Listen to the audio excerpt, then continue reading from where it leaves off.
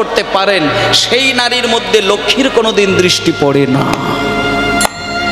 তা না হলে সুন্দরী বউকে দেখে বৌমা করে নিয়ে আসলেন, আর সেই বৌমা বাড়িতে এসে শাশুড়ি মাকে নাকে দড়ি দিয়ে খাটাচ্ছে, আর সেই বৌমা সারাদিন নাক ডেকে ঘুমাচ্ছে, ওই সংসারের ওই বৌমাটি কিন্তু লক্ষ্মী হতে পারে না।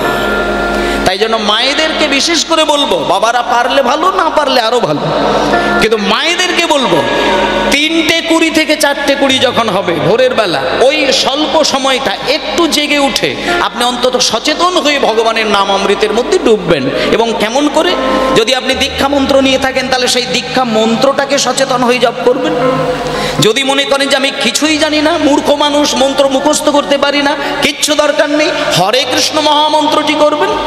যদি মনে হয় ওটা বলতে গেলে উচ্চারণে ভুল হয়, দরকার নেই, একটা সহজ কথা যেটা বললে আপনি গৌর হরিকে খুশি করলেন। বিভিন্ন পরিস্থিতির মধ্য দিয়ে কিন্তু আমাদেরকে চলতে হয়। বাড়িতে এমন এমন পরিস্থিতি দেখা যায় না, অনেক বাড়িতে রয়েছে যেখানে ভগবানের নামটুকু করলেও অশান্তি শুরু হয়ে যায়। আর হাতে তালি দেওয়াটা তো অনেক দূরের বিষয়, আর তাও আবার ভোর 3টের সময়, ভোর 3:20 নাম করবেন, আপনার বাড়ির মধ্যেই কিছু মানুষ আছে অশান্তি শুরু করে দেবে। তাহলে এই ক্ষেত্রে আপনি কি করবেন? ওমা, যদি কারোর বাড়িতে এরকম কোনো পরিস্থিতি হয়, সেই ক্ষেত্রে বলি, দরকার হলে আপনি উচ্চ ঈশ্বরে নাম করা বন্ধ করে দিন। কেমন? উচ্চ ঈশ্বরে নাম করা বন্ধ করে দিন। ফিস করে নাম করবেন। যদি ফিস করে নাম করলেও তার সাইড এফেক্ট হয়, তাহলে ফিস করে নাম করাটা বন্ধ করে দিন, মনে মনে নাম করবেন। নাম কেমন করে করলেন, জোরে করলেন কি আস্তে করলেন কি মনে মনে করলেন, ওটার সঙ্গে ভগবানের যোগ নয়। আপনি কতটুকু ভক্তি দিয়ে তার নাম করলেন, তার সঙ্গেই ভগবানের কৃপা। কতটা শিক্ষা অর্জন করেছেন, কতটুকু উচ্চারণের পরিষ্কার হয়েছে, সেটার সঙ্গে ভগবানের কথা নয়। তা যদি হতো তাহলে যারা বোবা হয় তারা ভগবানের কৃপা পেত না, ওখানে কোনো কথা নয়। তাহলে আপনি মনে মনেই করবেন, শুধু ভক্তিটাকে যত বেশি দিয়ে করবেন, আপনি নাম করতে গিয়ে যখন দেখবেন আপনার হৃদয়টি দুলে গেছে, আপনার চোখ থেকে 2 বিন্দু জল গড়িয়ে গেছে, জানবেন ওই নামেতে ভগবান খুশি হয়েছে। তাহলে মনে মনে করবেন, পারলে উচ্চ ঈশ্বরে করবেন, না হলে মনে মনে করবেন, কিন্তু ভক্তি থাকবে। কখন? ব্রহ্ম মুহূর্তে। বাকি সারাদিন সংসার সামলিয়ে যান, কোনো অসুবিধে নেই। এবং সেই চৈতন্যদেব তিনি এইবার কি করলেন? মায়েরা, চৈতন্যদেব সন্ন্যাস ধর্মের মাত্র কটি মাস পরে অন্তরঙ্গ কিছু ভক্তদেরকে সাথে নিয়ে একদিন বললেন, হে ভক্তগণ, আমি কয়েক বছর ধরে গঙ্গা নদীর জলে স্নান করি, কিন্তু এই মুহূর্তে আমার একটা বড় ইচ্ছে হয়েছে, আমি গঙ্গার জলে স্নান করব না, আমি একটু পদ্মা নদীর জলে স্নান করব। এবং যে পদ্মা নদীর জলের যে জায়গাটি, সেই জায়গায় যদি কোনোদিন কোনো বাবা, কোনো মা যদি যাওয়ার সৌভাগ্য হয় আপনাদের, তাহলে সেইখান থেকে 2টো জিনিস আপনারা ধরে আনার চেষ্টা করবেন। আমার 3 বার সেই জায়গায় যাওয়া হয়েছিল। মুর্শিদাবাদের বিখ্যাত জায়গা, যে জায়গাটির নাম হলো জলঙ্গি, বিখ্যাত জায়গা। এবং ওই জলঙ্গিতে যদি গিয়ে থাকেন, দেখবেন একটা বাঁধ রয়েছে, সেই বাঁধের ওই পারটা পদ্মা নদী, পদ্মা নদীর ওই পারে বাংলাদেশ, আর এই পারটা হচ্ছে পশ্চিম বাংলা। ওই পশ্চিমবঙ্গের বর্ডার, যেখানটা পদ্মা নদী, একটা ঘাটে মহাপ্রভু স্নান করার জন্যে নদিয়ার নবদ্বীপ থেকে কয়েকজন ভক্তকে সঙ্গে নিয়ে আসলেন। আচ্ছা, শুধু শুধু স্নান করবেন বলে না, তিনি শুধু সামান্য স্নানের জন্য আসেননি। ওই স্নানের মধ্যে যে কাজটা লুকানো ছিল, এটা বাঙালিদের প্রত্যেকের জানার দরকার। মহাপ্রভুর জীবনের প্রত্যেকটি লীলা প্রত্যেকটি বাঙালিকে উপলব্ধি করতে হবে। তিনি কোনো গ্রন্থ লিখে মানুষকে সজাগ করে যাননি, তিনি মোটা মোটা গ্রন্থের ভেতরে শ্লোক লিখে গিয়ে কিন্তু মানুষকে সচেতন করেননি, তিনি লীলার মধ্য দিয়ে মানুষকে জাগানোর চেষ্টা করেছেন। তাই সেই লীলাটিকে আস্বাদন করতে হবে। ওমা, কয়েকজন ভক্তকে সঙ্গে নিয়ে গঙ্গা নদী ছেড়ে দিয়ে নদীয়ার নবদ্বীপ ধাম ছেড়ে হেঁটে হেঁটে চলে এসেছেন মুর্শিদাবাদের বিখ্যাত জায়গায়। যদি আপনারা কোনোদিন হাজারদুয়ারি বেড়াতে যান, হাজারদুয়ারি বেড়াতে গেলে সেইখান থেকে সামান্য কিছুটা পথ জলঙ্গি বলে একটি বিখ্যাত জায়গা, সেই জলঙ্গির বাঁধের একটি ঘাট, সেইখানে নদীর জল গড়িয়ে গড়িয়ে বইছে, যে নদীটির নাম হলো পদ্মা মা। আর সেই নদীর ধারে এসে ভক্তদেরকে দাঁড় করিয়ে মহাপ্রভু হাত জোড় করে বললেন, হে ভক্তগণ, তোমরা একটা জলে নামো, আমি তোমাদের পিছনে পিছনে নামবো। এই বলে সকল ভক্তকে জলে নামিয়ে দিয়েছেন। এইবার যে কাণ্ডটি ঘটল ভালো করে খেয়াল করবেন মা, একেবারে ছবির মতন করে লীলাটি আস্বাদন করবেন। বেশ কয়েকজন ভক্ত এসে জলে নামলেন, মহাপ্রভু পিছনে দাঁড়িয়ে রইলেন। এক এক করে সকলেই যখন পদ্মা নদীর জলে ঝাঁপ দিয়ে দিলেন, ইতিমধ্যেই ভক্তগণ পিছন দিকে তাকিয়ে দেখলেন মহাপ্রভু উধাও। মহাপ্রভুকে দেখা গেল না। তিনি কোথায়? তিনি ভক্তদেরকে ত্যাগ করে ওই কিছুক্ষণের মধ্যেই আড়াল হয়ে গিয়ে সামনেই ছিল একটা গভীর জঙ্গল, সেই জঙ্গলের ভেতরে প্রবেশ করে গিয়ে আকাশের দিকে তাকিয়ে তাকিয়ে মহাপ্রভু একজনের নাম ধরে ধরে কাঁদছেন। এবং যার নাম ধরে তিনি কাঁদছেন তিনি কে, সেই নামটাই আমাদেরকে ধরতে হবে, যে নাম বিনা কলিযুগের মানুষের, বিশেষ করে বাঙালিদের কোন রকম কোনো গতি নেই। তিনি হলেন নর নর বলি প্রভু হরিব,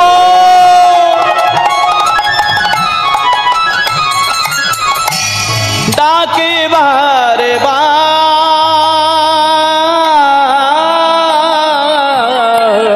নর নর বলে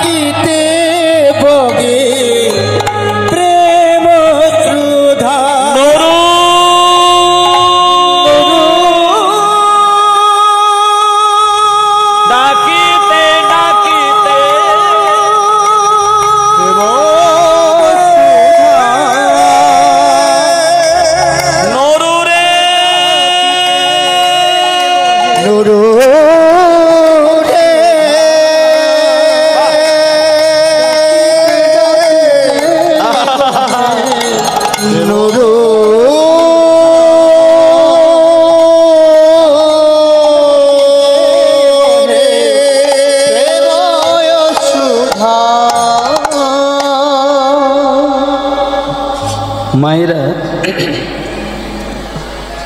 এই দেখুন, চৈতন্যদেব যে নামটি মুখে বলতে বলতে ওই জঙ্গলের মাঝখানে দাঁড়িয়ে প্রথম কথা হচ্ছে মহাপ্রভু আকাশের দিকে তাকিয়ে রইলেন, আর দ্বিতীয় কথা হলো তিনি চোখ থেকে অবিরল অশ্রু বিগলিত করছেন, আর বুক চাপড়ে চাপড়ে সেই নরু নরু বলে ডাকছে।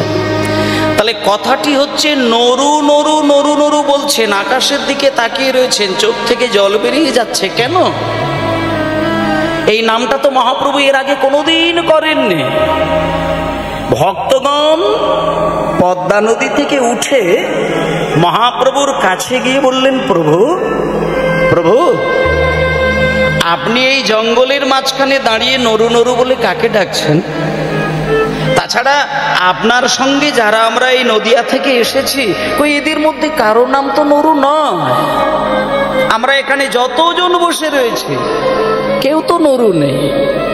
তাহলে আপনি নরু নরু নরু নরু বলে ডাকছেন, বুক চাপড়ে চাপড়ে কাঁদছেন, আকাশের দিকে তাকিয়ে রয়েছেন। নরু কে প্রভু? নরু কে? এর আগে তো কোনোদিন নরু নরু বলেন।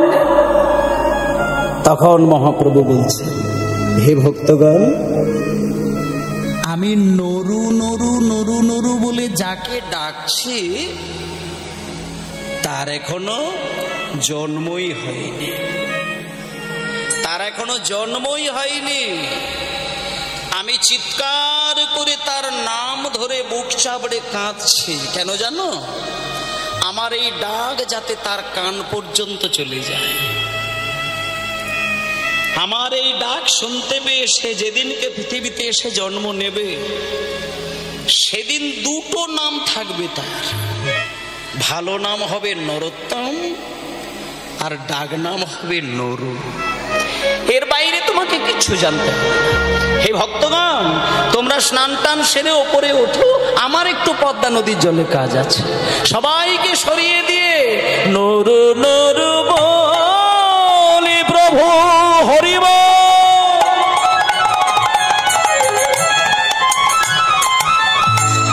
নরু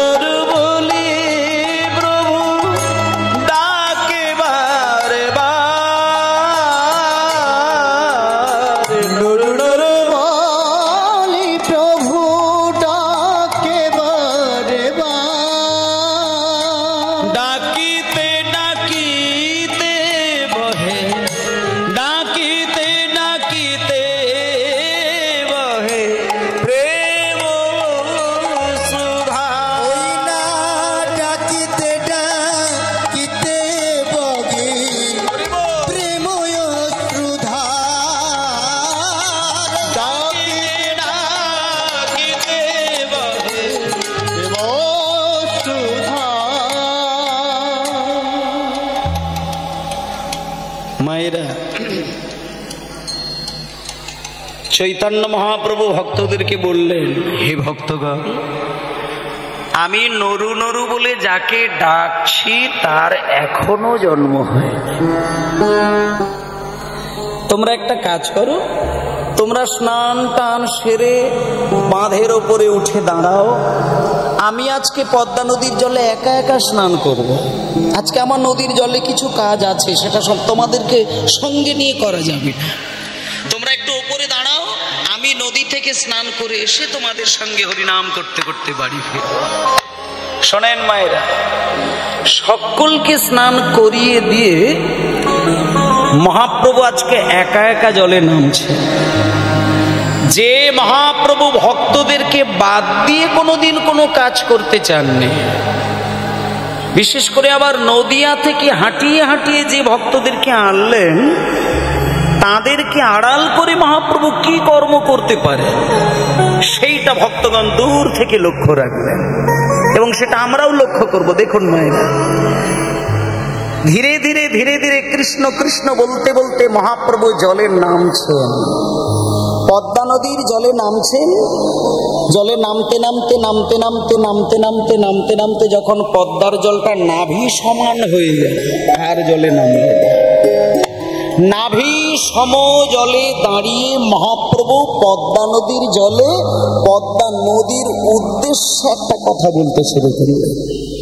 মানে এমন কথাটি তিনি বলছেন যেটা নদীকেই বলছেন, বাকি কারোর জন্য কিছু বলছেন না। কিন্তু নদী কি সেই কথাটি শুনতে পাচ্ছেন? এইটাই হচ্ছে বড় বিষয়। যদি গাছের তলায় দাঁড়িয়ে কেঁদে কেঁদে গাছের উদ্দেশ্যে কিছু কথা বলেন, গাছ কি শুনতে পায়? নদীর জলে দাঁড়িয়ে যদি নদীর জলে কেঁদে কেঁদে কিছু বলে, নদী কি শুনতে পায়? তার সত্য প্রমাণ চৈতন্য মহাপ্রভু দিয়ে দিলেন। নাভি সম জলে দাঁড়িয়ে পদ্মা নদীর জলে পদ্মা মায়ের উদ্দেশ্যে মহাপ্রভু কেঁদে কেঁদে বললেন। মহাপ্রভু আমারে কেঁদে কেঁদে বলে, ওহে আমার পদ্মা নদী, ওহে আমার পদ্মা নদী, এই যে আমি তোমার জলে দাঁড়িয়ে কৃষ্ণ কৃষ্ণ বলে কাঁদেছি। মায়েরা কথাগুলো খুব মন দিয়ে শুনবেন। এই যে কথাগুলো বলছে খুব মন দিয়ে শুনবেন। নদী আর মহাপ্রভু এই দুজনের মধ্যে যে কথোপকথনটা মন দিয়ে শুনতে হবে। মহাপ্রভু আমার কেঁদে কেঁদে বলে, ওহে আমার পদ্মা নদী, এই যে আমি তোমার জলে দাঁড়িয়ে কৃষ্ণ কৃষ্ণ বলে কাঁদেছি, এটা আমার চোখের জল নয়। আমার অন্তরে যে কৃষ্ণ প্রেমে জমাট বেঁধে রয়েছে, সেই কৃষ্ণ প্রেমী বিরহের তাপে বিগলিত করে আমি অস্ত্ররূপে তোমার জলে মিশিয়ে দিলাম ওগো পদ্মা নদী। আহা, দাঁড়াও, এই কথাটা মন দিয়ে শুনতে হবে। পদ্মা নদীর জলে দাঁড়িয়ে মহাপ্রভু কৃষ্ণ কৃষ্ণ কৃষ্ণ কৃষ্ণ বলছেন, আর সেই সঙ্গে চোখ থেকে টপ টপ করে জল নদীর জলে পড়ে যাচ্ছে। চোখের জল নদীর জল মিলেমিশে একাকার।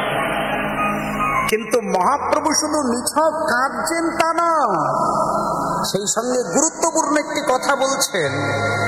কাঁদতে কাঁদতে যে জল কয়েক ফোঁটা পড়লো নদীর জলে, সঙ্গে সঙ্গে নদীকে বলে উঠলেন মহাপ্রভু, পদ্মা, এই যে আমি তোমার নাভি সম জলে দাঁড়িয়ে কৃষ্ণ কৃষ্ণ বলে কাঁদছি, লোকে ভাবছে চোখ থেকে জল বেরোচ্ছে মানে চোখের জল, কিন্তু আমি হাত জোড় করে বলছি এটা আমার চোখের জল নয়। আমার অন্তরে যে কৃষ্ণ প্রেম সেটা জমাট বেঁধে থাকে, আমি বিরহের তাপ দিয়ে সেটা মাঝে মাঝে বিগলিত করি, আর সেই বিগলিত প্রেমের রসধারা আমি নয়ন দিয়ে তোমার জলে আমি বিগলিত করে ফেললাম। তাই এই যে আমার প্রেমের প্রকাশ চোখের জল রূপে তোমার জলে মিশিয়ে দিলাম। শোনো পদ্মা, আমি একটা গোপন কথা আমি তোমাকে বলে যাই। মায়েরা, হৃদয়ের প্রেম চোখের জল তোমার জলে মিশে গেল, এই কয়েক ফোঁটা জল তুমি তোমার জলের সঙ্গে মিলিয়ে মিশিয়ে লুকিয়ে রাখবে, আর এই জলটা তুমি যাকে তাকে দেবে না। এই পৃথিবীতে এমন একজন জন্ম নেবে যার বয়স থাকবে যেদিনকে 5 থেকে 6 বছর, সে তোমার জলে যেদিন প্রথম স্নান করতে আসবে, তাকে তুমি টেনে নিয়ে তার হৃদয়ে মাঝে শুধু চোখের জলটা মিশিয়ে, আর কিছু করতে হবে না। তাকে তুমি দেখতে পেলে তাকে তুমি টেনে নিয়ে যাহার পরশে তুমি ওদিকে উছালিবা, হরি হরি হরি হরি পরশে তুমি ওদিকে উছালিবা গো, যাহার পরশে তুমি ওদিকে উছালিবা, যাহার পরশে তুমি ওদিকে উছালিবা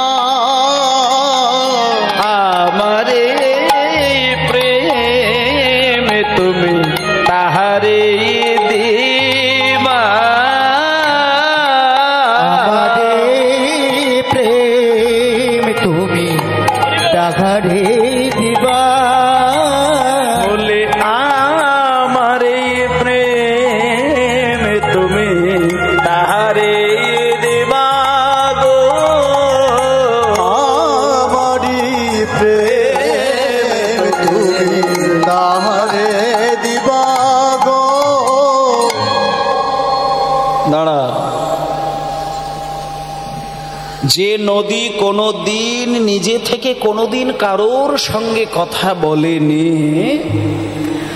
আজকে সেই নদীও পর্যন্ত কথা বলা শুরু করলে।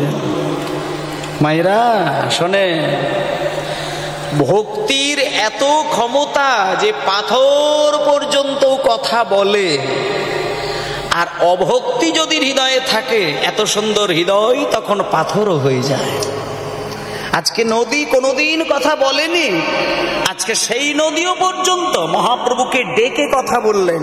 কেন বললেন? তার একটা যুক্তিপূর্ণ কারণ রয়েছে। যখন মহাপ্রভু জল ওই মিশিয়ে দিয়ে বললেন যে নরোত্তম যেদিন আসবে তার হৃদয়ে মাখিয়ে দেবে, সঙ্গে সঙ্গে মহাপ্রভু জল থেকে যখন ওপরে উঠতে যাবেন, পদ্মা নদী মহাপ্রভুর চরণ দুটো জড়িয়ে ধরলেন। প্রভু, এই যে আমার জলে তোমার চোখের জলটা মিশিয়ে দিলে, আমি কথা দিলাম এই জলটা নরোত্তমকে দেব। কিন্তু ওই যে তুমি বললে যে 5-6 বছরের ছোট্ট একটা বালক আমার জলে স্নান করবে, কিন্তু প্রভু এমনও তো হতে পারে যে ওই ছোট্ট ছেলে নরোত্তম যেদিন স্নান করতে প্রথম আসলো, তার সঙ্গে যদি আরো 10টা ছেলে আসে, আর ওই তাদেরও বয়স যদি 5-6 বছর হয়, তাহলে আমি ওই 11টি ছেলেকে দেখে আমি চিনব কি করে যে কোন ছেলেটার নাম নরোত্তম? আমার যদি এই চোখের জলটা, প্রেমটা নরোত্তমকে না দিয়ে যদি ভুল করে কাউকে দিয়ে দিই, তাহলে তো প্রভু আমার কথার খেলা হয়ে যাবে। প্রভু, তাহলে আমি চিনব কি করে যে ওই 11টি ছেলের মধ্যে কোন ছেলেটার নাম হবে নরোত্তম? এই প্রশ্নটাকে ফেলে রেখে দিয়ে মহাপ্রভু যেতে পারলেন না। তখন মহাপ্রভু বললেন, পদ্মা, এই উপায়টি আমি তোমায় বলে দিচ্ছি, শোনো। নরোত্তমের বয়স যখন 6 বছর হবে, সে যেদিন তোমার জলে প্রথম স্নান করবে, তার সঙ্গে 10টা ছেলে কেন 10,000টি ছেলেও যদি আসে, 10,000 ছেলে আর নরোত্তম সকলের বয়স যদি একই হয়, ওই 10,000 ছেলের যেটা থাকবে না নরোত্তমের সেটা থাকবে। সেটা কোনটা? বলে শোনো, 10,000 ছেলে যখন তোমার জলে স্নান করবে, কারোর অঙ্গের ছোঁয়া পেলে তোমার নদীর ঢেউ কোনোদিন ওপরের দিকে উঠবে না। মায়েরা, যখন আপনি সমুদ্রে ডুব দেন বা নদীতে গিয়ে ডুব দেন বা কোনো পুকুরের জলে ডুব দেন, দেখবেন নদীর যে একটা স্রোত, নদী বা সমুদ্রের যে একটা স্রোত, এটা প্রকৃতির নিয়মে একইভাবে হয়। কোনো মানুষের সময় কিন্তু নদীর ঢেউ কিন্তু বাড়ে কমে না, এটা প্রকৃতির সিস্টেমে হয়, নিয়মে হয়। কিন্তু আজকে মহাপ্রভু বলছেন, পদ্মা, নরোত্তমের এমন একটা বিশেষ ক্ষমতা থাকবে না, সে যেদিন তোমার জলে প্রথম স্নান করার জন্য আসবে, যেদিন স্নান করতে গিয়ে তোমার জলটা তার অঙ্গ প্রথম ছোঁবে, তুমি নিজেই বুঝতে পারবে তোমার নদীর ঢেউ যে গতিতে চলছে, নরোত্তমের অঙ্গ ছোঁয়া মাত্র শত শত শত শত গুণ তোমার ঢেউ উপরের দিকে উঠে যাবে। নদীর ঢেউ হচ্ছে নদীর আনন্দের প্রকাশ, নদীর ঢেউ হচ্ছে নদীর পরমানন্দের প্রকাশ। তা হে পদ্মা, নরোত্তমের অঙ্গ তোমার জলে যখনই স্পর্শ হবে, তুমি তোমার আনন্দকে নিজেও ধরে রাখতে পারবে না, শত শত গুণ ঢেউ তোমার উপরের দিকে উঠবে। সেদিন তুমি জানবে ওই ছেলেটাই নরোত্তম। তাকে তুমি টেনে নিয়ে যাহার পরশে তুমি অধিক উছালিবা, হরি হরি হরি সে তুমি অধিক উছালিবা গো, আমারে প্রেম তুমি তাহারে দিবা, আমারে প্রেম তুমি তাহারে দিবা, আমারে প্রেম তুমি তাহারে দিবা, আমারে প্রেম তুমি তাহারে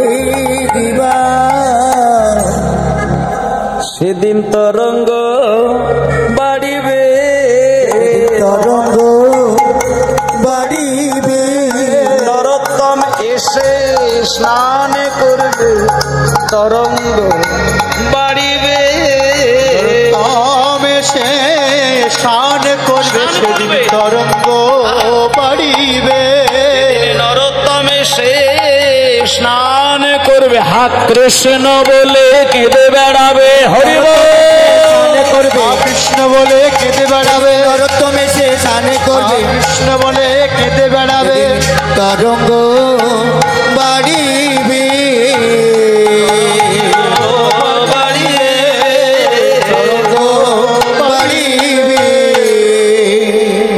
আচ্ছা বাবা একটু আসতে, মোটামুটি নদীর সঙ্গে মহাপ্রভুর যে একটা পরিষ্কার যে কথাবার্তা, এটা কিন্তু আমরাও বুঝে নিলাম আস্তে।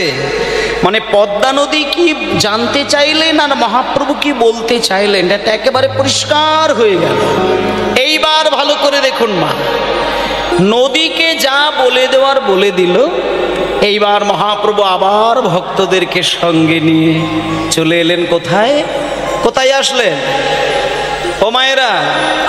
মহাপ্রভু এসেছিলেন কোথা থেকে? নদিয়ার নবদ্বীপ থেকে। কোথায় এসেছিলেন? মুর্শিদাবাদের জলঙ্গি নামক একটি বিখ্যাত জায়গা।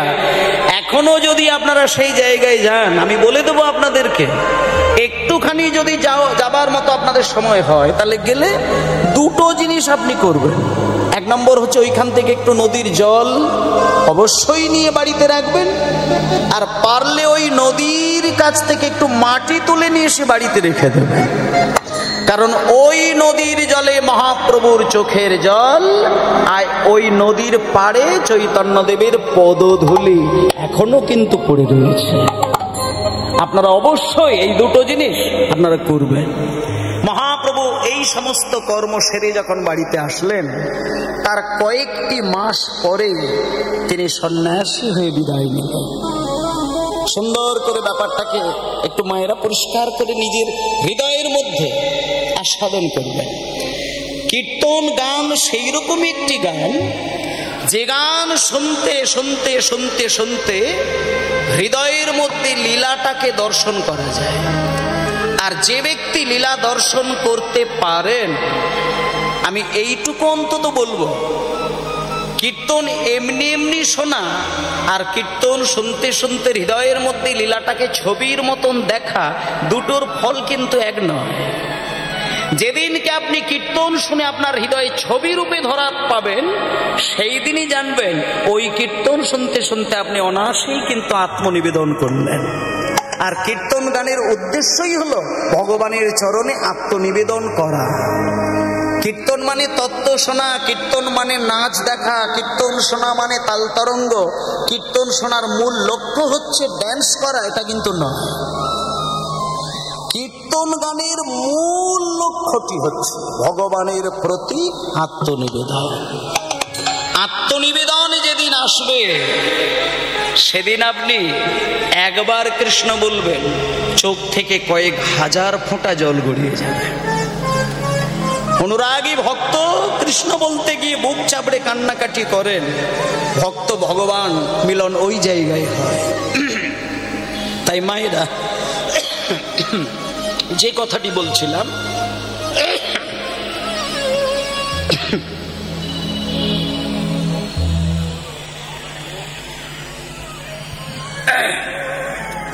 নবদ্বীপ ধামে চৈতন্য মহাপ্রভু বিদায় নিলেন। নদিয়ার নবদ্বীপ থেকে সচিমাকে ছেড়ে, বিষ্ণুপ্রিয়া দেবীকে ছেড়ে চৈতন্য মহাপ্রভু কয়েকটা মাস পরেই সন্ন্যাসী হয়ে বেরিয়ে গেলেন। মায়েদেরকে একটা কথা বলি, যতদিন নিমাই সন্ন্যাসী হয়েছিলেন নি, ততদিনে কিন্তু চৈতন্যদেব কিন্তু নামটি হয়নি। গৌরাঙ্গ ছিল, নিমাই ছিল, গোরা হয়তো বলতো, কেউ হরি গৌর হরি বলতেন, কিন্তু শ্রীকৃষ্ণ চৈতন্য মহাপ্রভু এই নামটি সন্ন্যাস ধর্ম নেওয়ার সঙ্গে সঙ্গে হলেন। কে নাম দিলেন? কেশব ভারতী মহারাজ নামকরণ করলেন। কেশ মুন্ডন করে যেদিন তিনি সন্ন্যাসী হয়ে বেরিয়ে গেলেন, সেই দিন নিমাইয়ের বয়স ছিল 24 বৎসর। একটু ইতিহাসের এই সামান্য সামান্য কথাগুলো একটু মন দিয়ে শুনতে হবে, কারণ কলিযুগের মানুষ তো নারায়ণ সম্পর্কে যদি আমাদের ধারণা একটু কমও থাকে, রামচন্দ্র সম্পর্কে যদি আমাদের জ্ঞান একটু কমও থাকে, কৃষ্ণ সম্পর্কে যদি আমাদের চেতনা একটু কমও হয়, গৌর সম্পর্কে যদি চেতনাটা অগাধ হতে পারে, তাহলে কিন্তু আপনি সবকিছুরই অধিকারী হয়ে গেলেন। যে গৌরকে চেনে সে সবকিছুকেই চেনেন, এটা আমার কথা নয় মায়েরা। যে গৌরকে জানেন সে সকলকে জানেন, আর যে গৌরকে জানেন না সে সবকিছুকে জানলেও তার সব জানাই কিন্তু অন্ধের মতন হয়ে যায়। এটা আপনাদেরকে বলে দিলাম, এই কথাগুলো একটু সুন্দর করে মেনে চলবেন।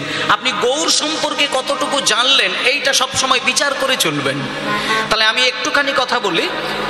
24 বছর বয়সে মাঘ মাসে বিষ্ণুপ্রিয়া দেবী সচিমাকে ছেড়ে নবদ্বীপের মানুষকে কাঁদিয়ে বাঙালির জীবন থেকে তিনি সন্ন্যাসী হয়ে বেরিয়ে গেলেন।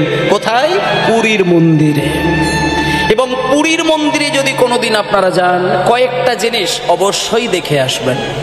1 নম্বর হচ্ছে সিদ্ধ বকুল গাছ, ওটা আপনারা দর্শন করে আসবেন। 2 নম্বর হচ্ছে গম্ভীরা মন্দির, সেইখানে প্রণাম করে আসবেন। কতকগুলো জিনিস আমাদের দেখার প্রয়োজন। সিদ্ধ বকুল গাছের তলায় হরিদাস ঠাকুর যতদিন ছিলেন 3 লক্ষ নামে বুক ভাসিয়ে ওই বকুল গাছের তলায় তিনি কাঁদতেন। মহাপ্রভু 1000 বার হরিদাসকে বলেছিলেন, হরিদাস তুমি আমার সঙ্গে চলো, জগন্নাথের সামনে থেকে তোমাকে জগন্নাথ দর্শন করাবো। কিন্তু হরিদাস একটাই কথা বলতেন যে প্রভু, আমি যবনরাজের ঘরে জন্ম নিয়েছি, আমি এই গাছের তলা ছেড়ে আমি কোনোদিন ওই জগন্নাথের কাছে যাওয়ার মতন আমি অধিকারী হতে এখনো পারি না। তাহলে যে হরিদাস ঠাকুর একদিনের মধ্যে 3 লক্ষ বার নাম করেন, সেই হরিদাস জগন্নাথকে দেখতে যাবেন এই ক্ষমতা নিজে তৈরি করতে পারেননি। এটা তিনি বলেছেন মহাপ্রভুকে। কোথায় তিনি কাটিয়েছিলেন? সিদ্ধ বকুল গাছের তলায় তিনি কাটিয়েছিলেন। সেই গাছের তলাটা একবার আপনারা যাবেন, প্রণাম করে আসবেন, গড়াগড়ি দিয়ে আসবেন, মহাপ্রভুকে হৃদয়ে ধারণ করে বাড়িতে আসবেন। ওই সমস্ত জায়গার মহিমা যারা ভক্ত হয় তারা সেইখানে গেলেই কিন্তু পাগল হয়ে নীরবে কাঁদে। এখনো সেইখানে গেলে মহাপ্রভুকে দেখা যায়, এখনো সেখানে গেলে মহাপ্রভুর হা কৃষ্ণ বলে ক্রন্দন ধ্বনি শোনা যায়। শুধু শোনার মতন কান, দেখার মতন নয়ন যাদের হয়েছে তারা এগুলো ধরতে পারে। সবার জন্য নয়, কিন্তু সকলকে সেই জায়গায় পৌঁছানোর জন্য সংকল্প করতে হবে। আমি এ জন্মে পারবো না, পরের জন্মে হব। এখনো বৃন্দাবনে গেলে কৃষ্ণের বাঁশি শোনা যায়, এখনো বৃন্দাবনে গেলে রাধারানীর নুপুরের ধ্বনি শোনা যায়। সেই জিনিসগুলো শোনার বা দেখার অধিকারী হতে হবে, ভক্তির বাঁধনে নিজেকে বাঁধতে হয়। তাই ভক্তমণ্ডলী মায়েরা, মহাপ্রভু যখন 24 বছর বয়সে তিনি সন্ন্যাসী হলেন, 24 বছর বয়স থেকে 12টি বছর তিনি দেশে বিদেশে ভ্রমণ করলেন। এবং শেষ 12টি বছর ওই যে বললাম গম্ভীরা, ওই গম্ভীরার ঘরে একটানা 12 বছর তিনি কৃষ্ণ বলে কেঁদেছিলেন। আপনাদেরকে এই কথাগুলো একটু বলবো, তাহলে এগুলো একটু হিসাব করবেন না। 15 শতাব্দীতে মহাপ্রভুর জন্ম, 24 বছর বয়সে তিনি তার সন্ন্যাস ধর্ম নিলেন।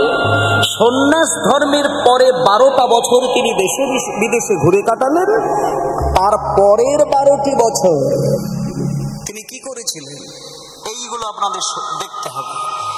শেষের 12টি বছর মহাপ্রভু আর কোথাও যায় না, কোথাও যায় না।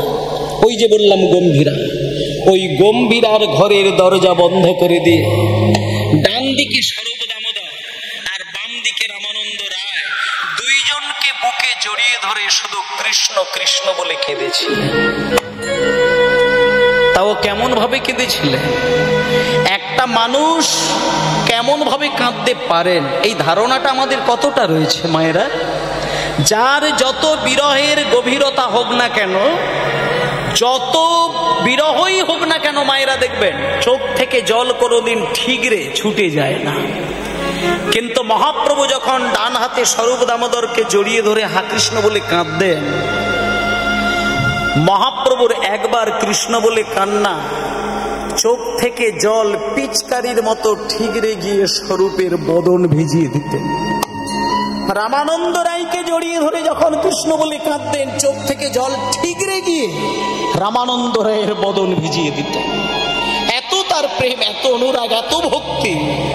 শুধু রাত দিন ধরে হরে কৃষ্ণ হরে কৃষ্ণ কৃষ্ণ কৃষ্ণ হরে হরে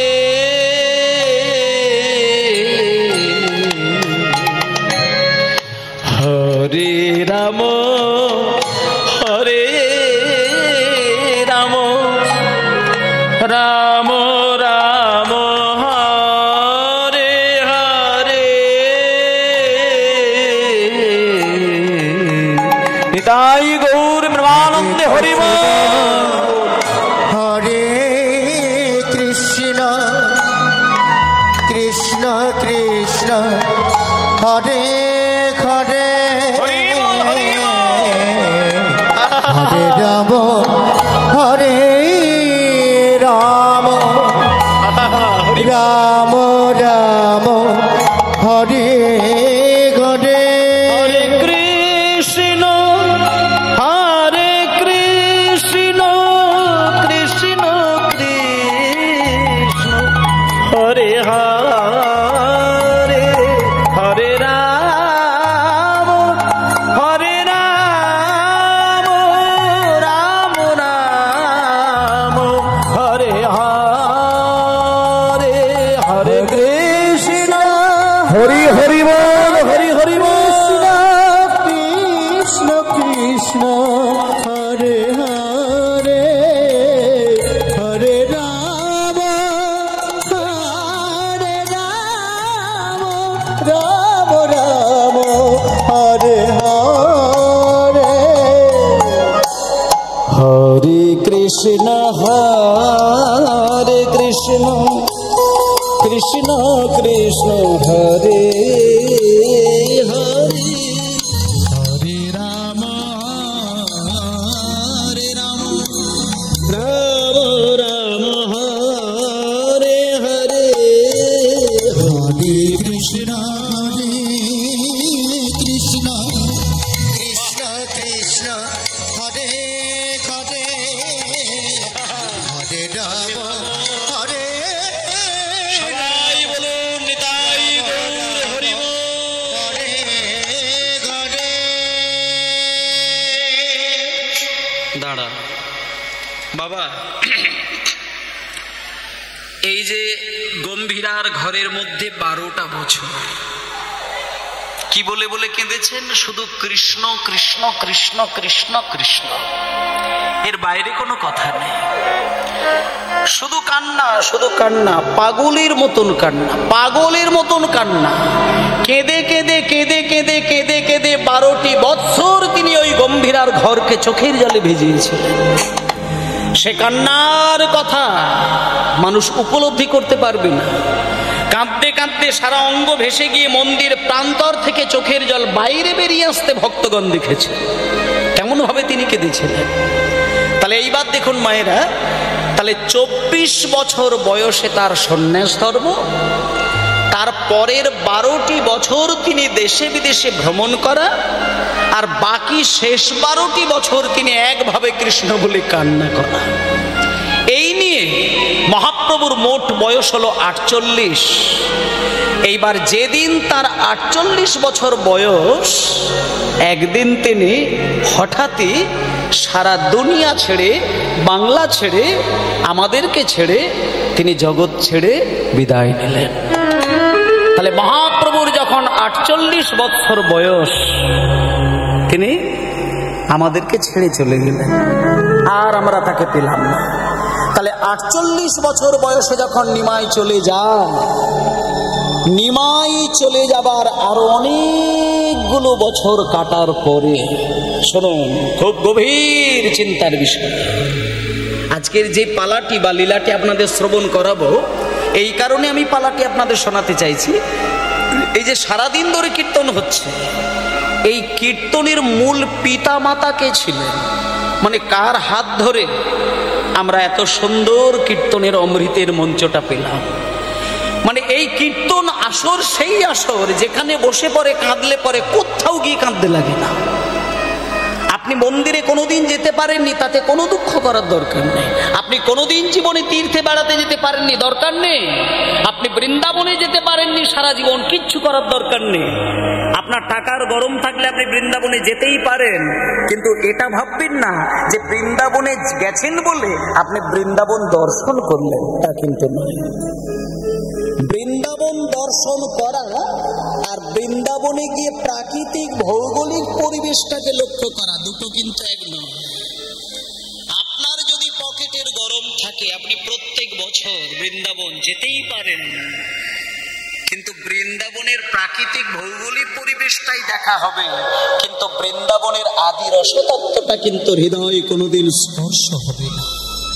সেটা যেদিন হবে সেদিন বৃন্দাবনে যেতে লাগবে না। তোমার ওই তাল পাতার কুঁড়ে ঘরের মধ্যে বসে হাগুর বলে কাঁদলে সেই ব্রজের রাধা কৃষ্ণ এসে তোমার তাল পাতার কুঁড়ে ঘরকে বৃন্দাবন তৈরি করে দেবে। এটাই গৌর প্রেমানন্দে হরি বল। তাই মায়েরা 48 বছর বয়সে নিমায় চলে গেলেন। শোনেন, দেখতে দেখতে বেশ কয়েকটি বছর কেটে গেল। এইবার আপনাদেরকে চলুন সেই জায়গাটা নিয়ে যায়। মহাপ্রভু যে বেরিয়ে গেলেন, অনেকগুলো বছর কেটে গেল, মানুষ ভুলে গেছেন, মনে নেই। কিন্তু হঠাৎই একদিন যেই জায়গাটিতে মহাপ্রভু স্নান করেছিলেন, মায়েরা চলুন এইবার সেইখানে যায়।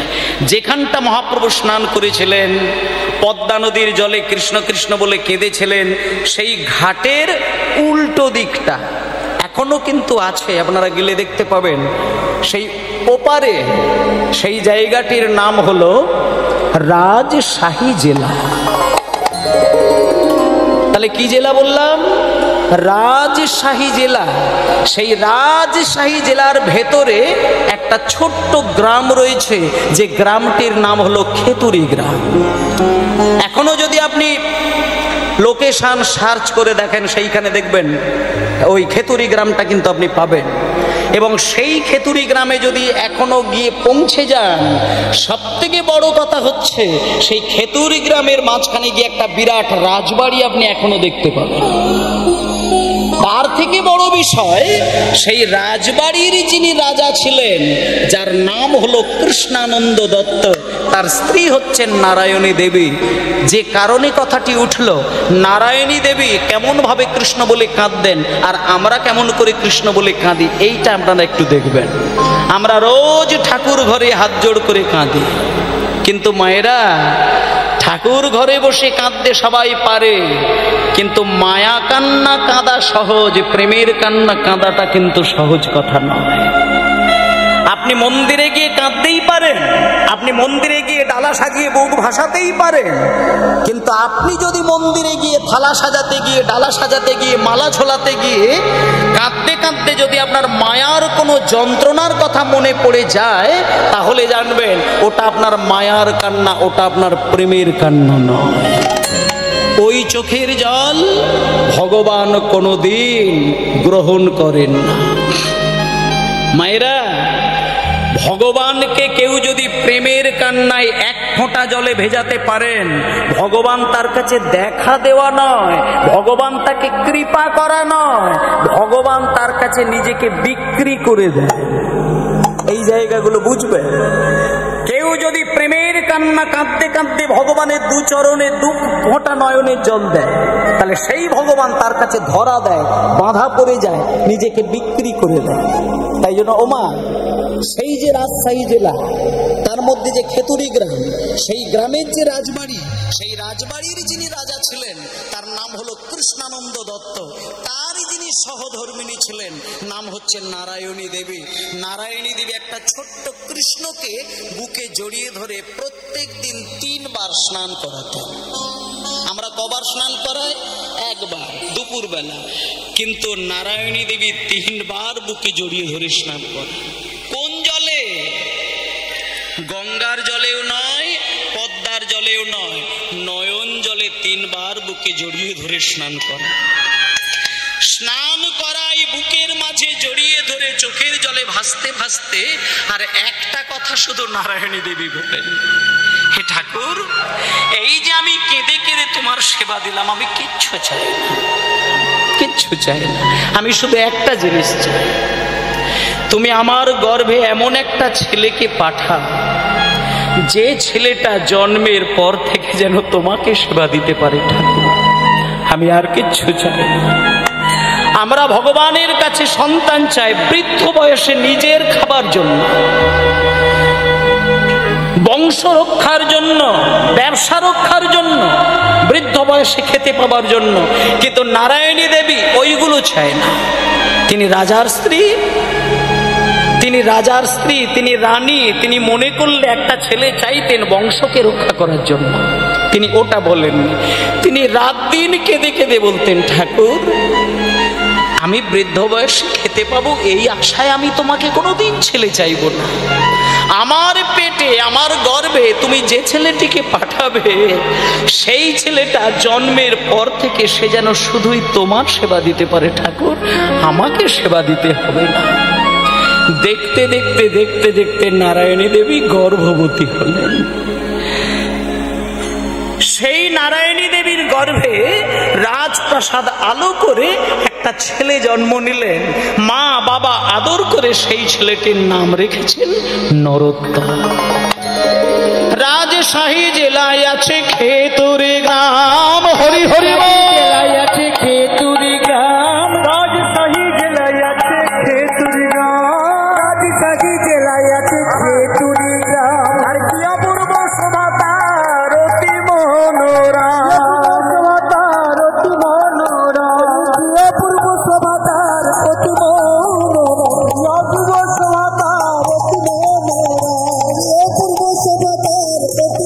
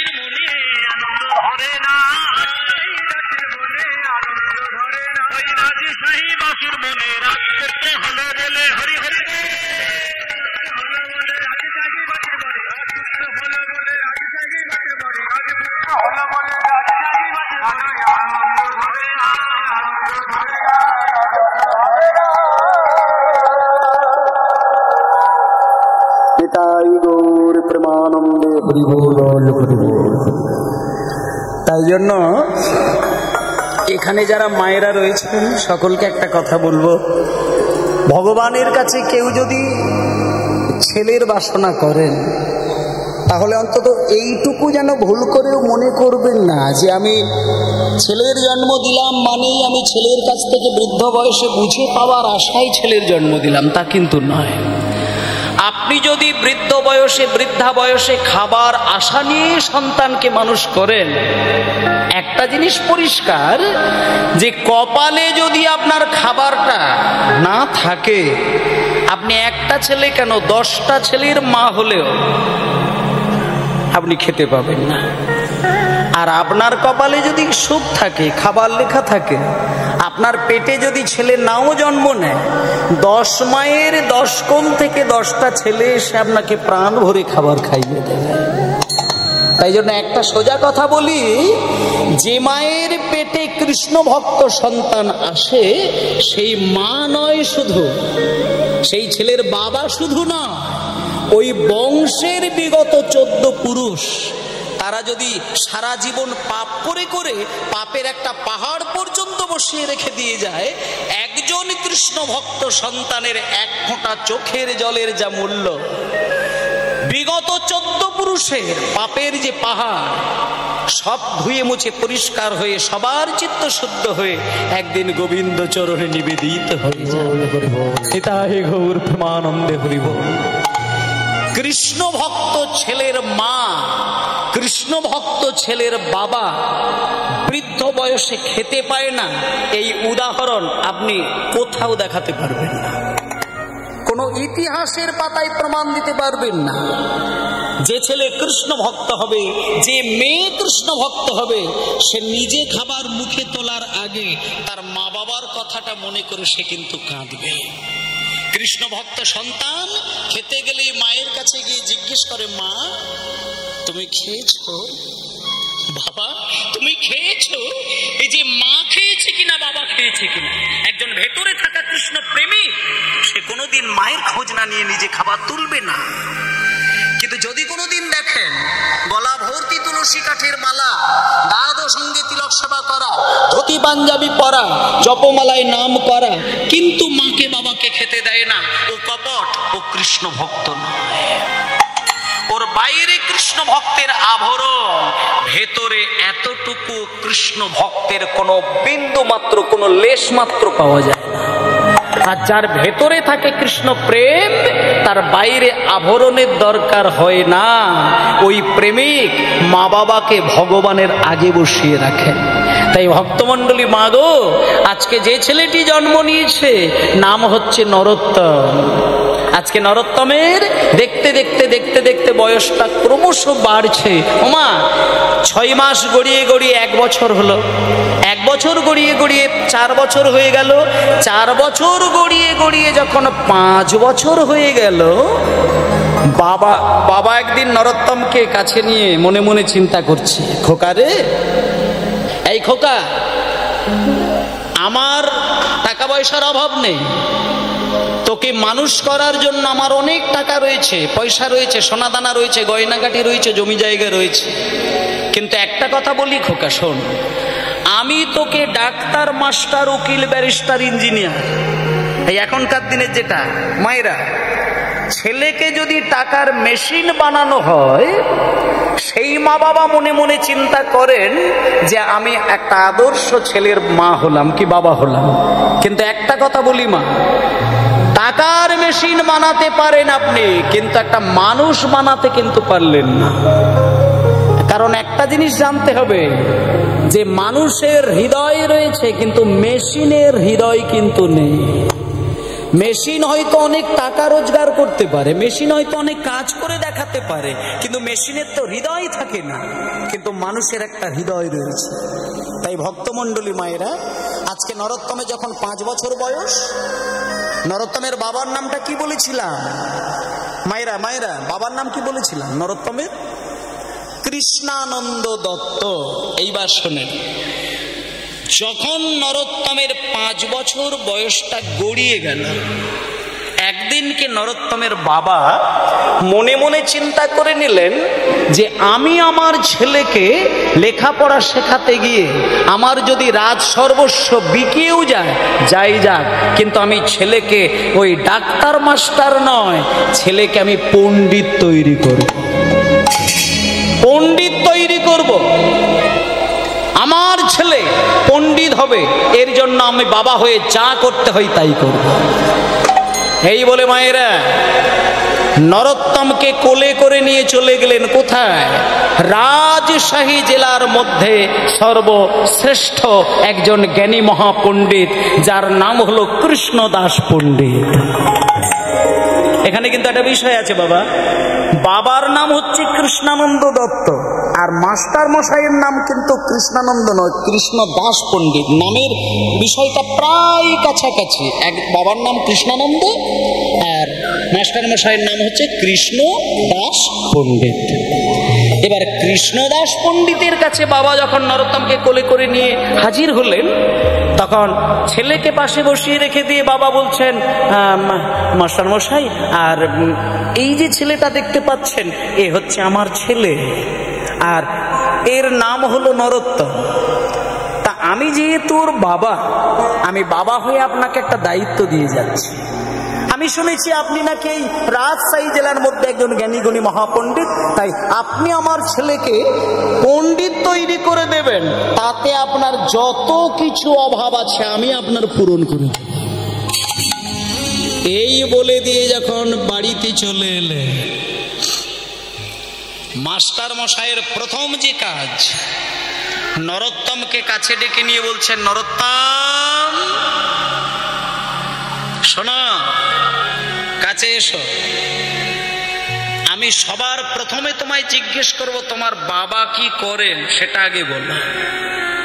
তখন নরোত্তম বলছেন, বাবা ঠাকুর, আমার বাবা তো একজন রাজা মশাই, আমি তো রাজার ছেলে। ও আচ্ছা, তুমি তার মানে রাজার ছেলে, তার মানে রাজপুত্র। বাহ, কিন্তু খোকা একটা কথা তুমি মাথায় রেখো, আমার কাছে রাজার ছেলে আসলে পরে তাকে আমি কোলে করে জড়িয়ে ধরে আদর করব, আর ওই ভিখারির ছেলেগুলো আসলে পরে তাকে শুধু ঝড়ি পেটা করব, এটা আমি কিন্তু ওই জাতির মাস্টার মশাই নই। আমার কাছে একটাই সংবিধান, রাজার জন্য যে আইন আর পথের ভিখারির জন্যেও সেই আইন। তখন নরোত্তম বলছেন, হ্যাঁ বাবা ঠাকুর, তার মানে আপনি আমায় কি বলছেন বলুন। তার মানে আমি বলতে চাইছি যে আমার কাছে যারা লেখাপড়া শিখতে আসে, ও রাজা জমিদার বলে আমি আলাদা করে দেখি না।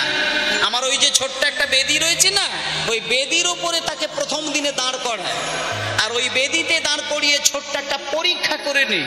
সেই পরীক্ষায় যে পাশ করবে তাকে আমি বাড়িতে রাখি, আর যে পাশ না করবে আমি আমার এই রাজপ্রাসাদ থেকে বাইরে বার করে দিই। যখনই বলেছে ওই বেদিতে দাঁড় করিয়ে পরীক্ষা, তখন নরোত্তম বলছেন, বাবা ঠাকুর ঠিক আছে, আপনি বলুন, আমাকে যদি পরীক্ষা দিতে হয় তাহলে আমি প্রস্তুত, আপনি বলুন আমায় কি পরীক্ষা দিতে হবে। তুমি পরীক্ষা দেবে? হ্যাঁ আমি পরীক্ষা দেব। আপনি বলুন আমায় কি পরীক্ষা দিতে হবে। শোনো, এই বেদির উপরে উঠে বসো, এখানে উঠে দাঁড়া, আর তোমার পরীক্ষাটা এমন কিছু বিষয় নয়, খুব সহজ একটি পরীক্ষা। ক খ গ ঘ উঙ, এই যে 5টি বর্ণ, এই 5টি বর্ণ দিয়ে তুমি একটা কবিতা রচনা করে শোনাবে। তুমি যদি কবিতাটা শোনাতে পারো তাহলে তুমি থাকবে, যদি কবিতা না শোনাতে পারো তুমি বেরিয়ে যাবে। এটা আমার সহজ পরীক্ষা। কিন্তু মায়েদেরকে একবার একটা কথা বলি, আপনাদের পাড়ায় যদি 5-6 বছরের কোনো ছেলে বা মেয়ে থাকে না, আপনি জিজ্ঞেস করে দেখবেন তো, কয়ে কবিতা নয়, শুধু বলবেন কয়ে শব্দ। ক দিয়ে একটি শব্দ বলতে বলবেন, তাতেই দেখে নেবেন কে কি বলে। 10টা ছেলেকে যদি প্রশ্ন করেন কয়ে কি হয়, তার মধ্যে অন্তত 8টি ছেলে বলবে কয়ে কাক। ঠিক আছে, জয় নিতাই গৌর হরি বল, গৌর হরি বল, গৌর হরি বল, জয় নিতাই। আচ্ছা, তাহলে কয়ে কেউ কাক বলবে, কেউ কোকিল বলবে, কেউ কাকাতুয়া বলবে, কেউ কুমির বলবে, ইত্যাদি ইত্যাদি, যে যা খুশি বলতে পারে। কিন্তু নরোত্তমের ক্ষেত্রে মায়েরা, ওমা ওমা কয়ে এখানে কিন্তু ওই মানে নরোত্তমকে কিন্তু শব্দ বলতে বলেননি, নরোত্তমকে বলেছে সুন্দর করে কবিতা। ক খ গ ঘ এইভাবে সাজিয়ে সাজিয়ে কবিতা। একটা 5 বছরের ছেলেকে যখন কবিতা বলতে বলেছেন, নরোত্তম চোখ বন্ধ করে হাত জোড় করে মা বাবাকে হৃদয় মাঝে স্মরণ করে নিয়ে সুন্দর একটি কবিতা রচনা করে শুনিয়ে দিলেন। মানে এটা আমাদের কাছে একটা পাওনা যে 5 বছরের ছেলের হৃদয় থেকে এত সুন্দর কবিতা আসে কি করে। কিন্তু তিনি শুরু করলেন, তিনি হাত জোড় করে বলে উঠলেন, কয়ে কলি যুগে শ্রীকৃষ্ণ চৈতন্য অবতার, হরি হরি বল, শ্রীকৃষ্ণ চৈতন্য অবতার, কয়ে কলি যুগে শ্রীকৃষ্ণ চৈতন্য অবতার, কলি যুগে শ্রীকৃষ্ণ চৈতন্য অবতার, কলি যুগে শ্রীকৃষ্ণ চৈতন্য অবতার, কলি যুগে শ্রীকৃষ্ণ চৈতন্য অবতার, কলি যুগে শ্রীকৃষ্ণ চৈতন্য অবতার। খেলিবার প্রবন্ধ কইলেন খোল করো তালা, খেলিবার প্রবন্ধ কইলেন খোল করো, খেলিবার প্রবন্ধ কইলেন খোল করো তালা, খেলিবার প্রবন্ধ কইলেন খোল করো তালা, খেলিবার প্রবন্ধ কইলেন খোল করো তালা, খেলিবার প্রবন্ধ কইলেন খোল করো তালা। দাঁড়াও, কয়ে কলিযুগে শ্রীকৃষ্ণ চৈতন্য অবতার, ক্ষয়ে খেলিবার প্রবন্ধে কইলেন খোল করো তালা। মাস্টার মশাই শুনে দেখছে কি সর্বনাশ। হ্যাঁ নরোত্তম, আরে এই কবিতা কি তুমি এর আগে কোনোদিন কোথাও শুনেছো নাকি তোমার মা বাবা এগুলো শিখিয়েছেন? তখন নরোত্তম বলছেন, বাবা ঠাকুর আপনার আশীর্বাদে আর মা বাবার আশীর্বাদে এই কবিতা আমার হৃদয় থেকে আমি সৃষ্টি করে আপনাকে শোনাচ্ছি। তখন নরোত্তম বলছে, আরো বলো আরো বলো, আমি শুনবো। খেলিবা অনুপ মন্দে কইলেন হরি হরি বল,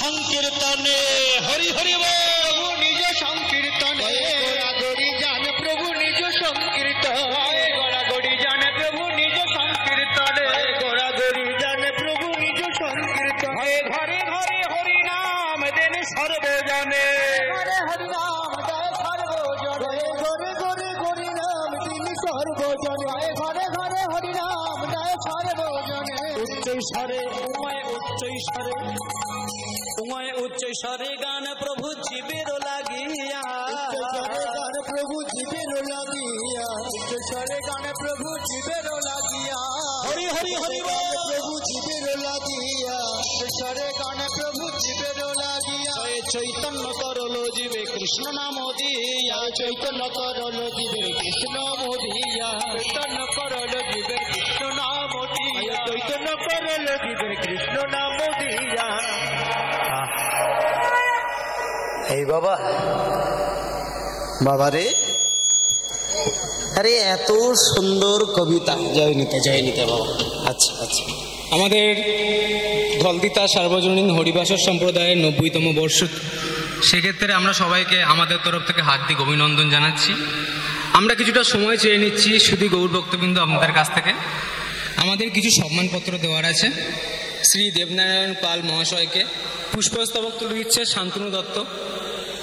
আপনারা সকলে উলুধ্বনি দিয়ে এই মুহূর্তটাকে আরও বেশি শুভাকাঙ্ক্ষিত করে তুলবেন।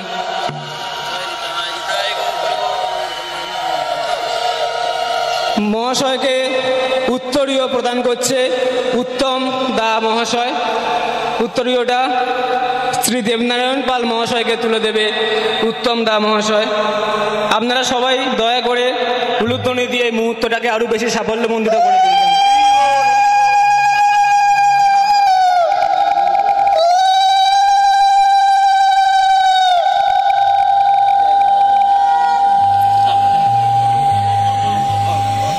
আপনাদের থেকে আরও কিছু সময় চেয়ে নেব। আমাদের এই সংঘের পক্ষ থেকে আমাদের একটা ছোট্ট নিবেদন, একটা সম্মানপত্র শ্রী দেবনারায়ণ পালকে আমরা জ্ঞাপন করব, সেটা একটু পড়ে শোনাচ্ছি, আপনারা শুনবেন। হে গুণী, দুর্জটিল জটা জাল হইতে নির্গত ভাগীরথীর পুণ্য বাগীধারাবৎ আপনার মুখনিসৃত ভগবত লীলা মাহাত্মের কীর্তন রসধারা জনগণ মনোমোহিনী গীতিকা রূপে হৃদয় হইতে অনুরণিত হয়। আমরা আনন্দ বিহবল চিত্তে সেই রূপসাগরে অবগাহন করিয়া ধন্য হই। হে তাপস, কলিহত জীব আমরা, আমাদের ত্রিবিধ ক্ষুধার নিবৃত্তির নিমিত্ত আমরা স্থান হইতে স্থানান্তরে নিরন্তর পরিভ্রমণ করিতেছি।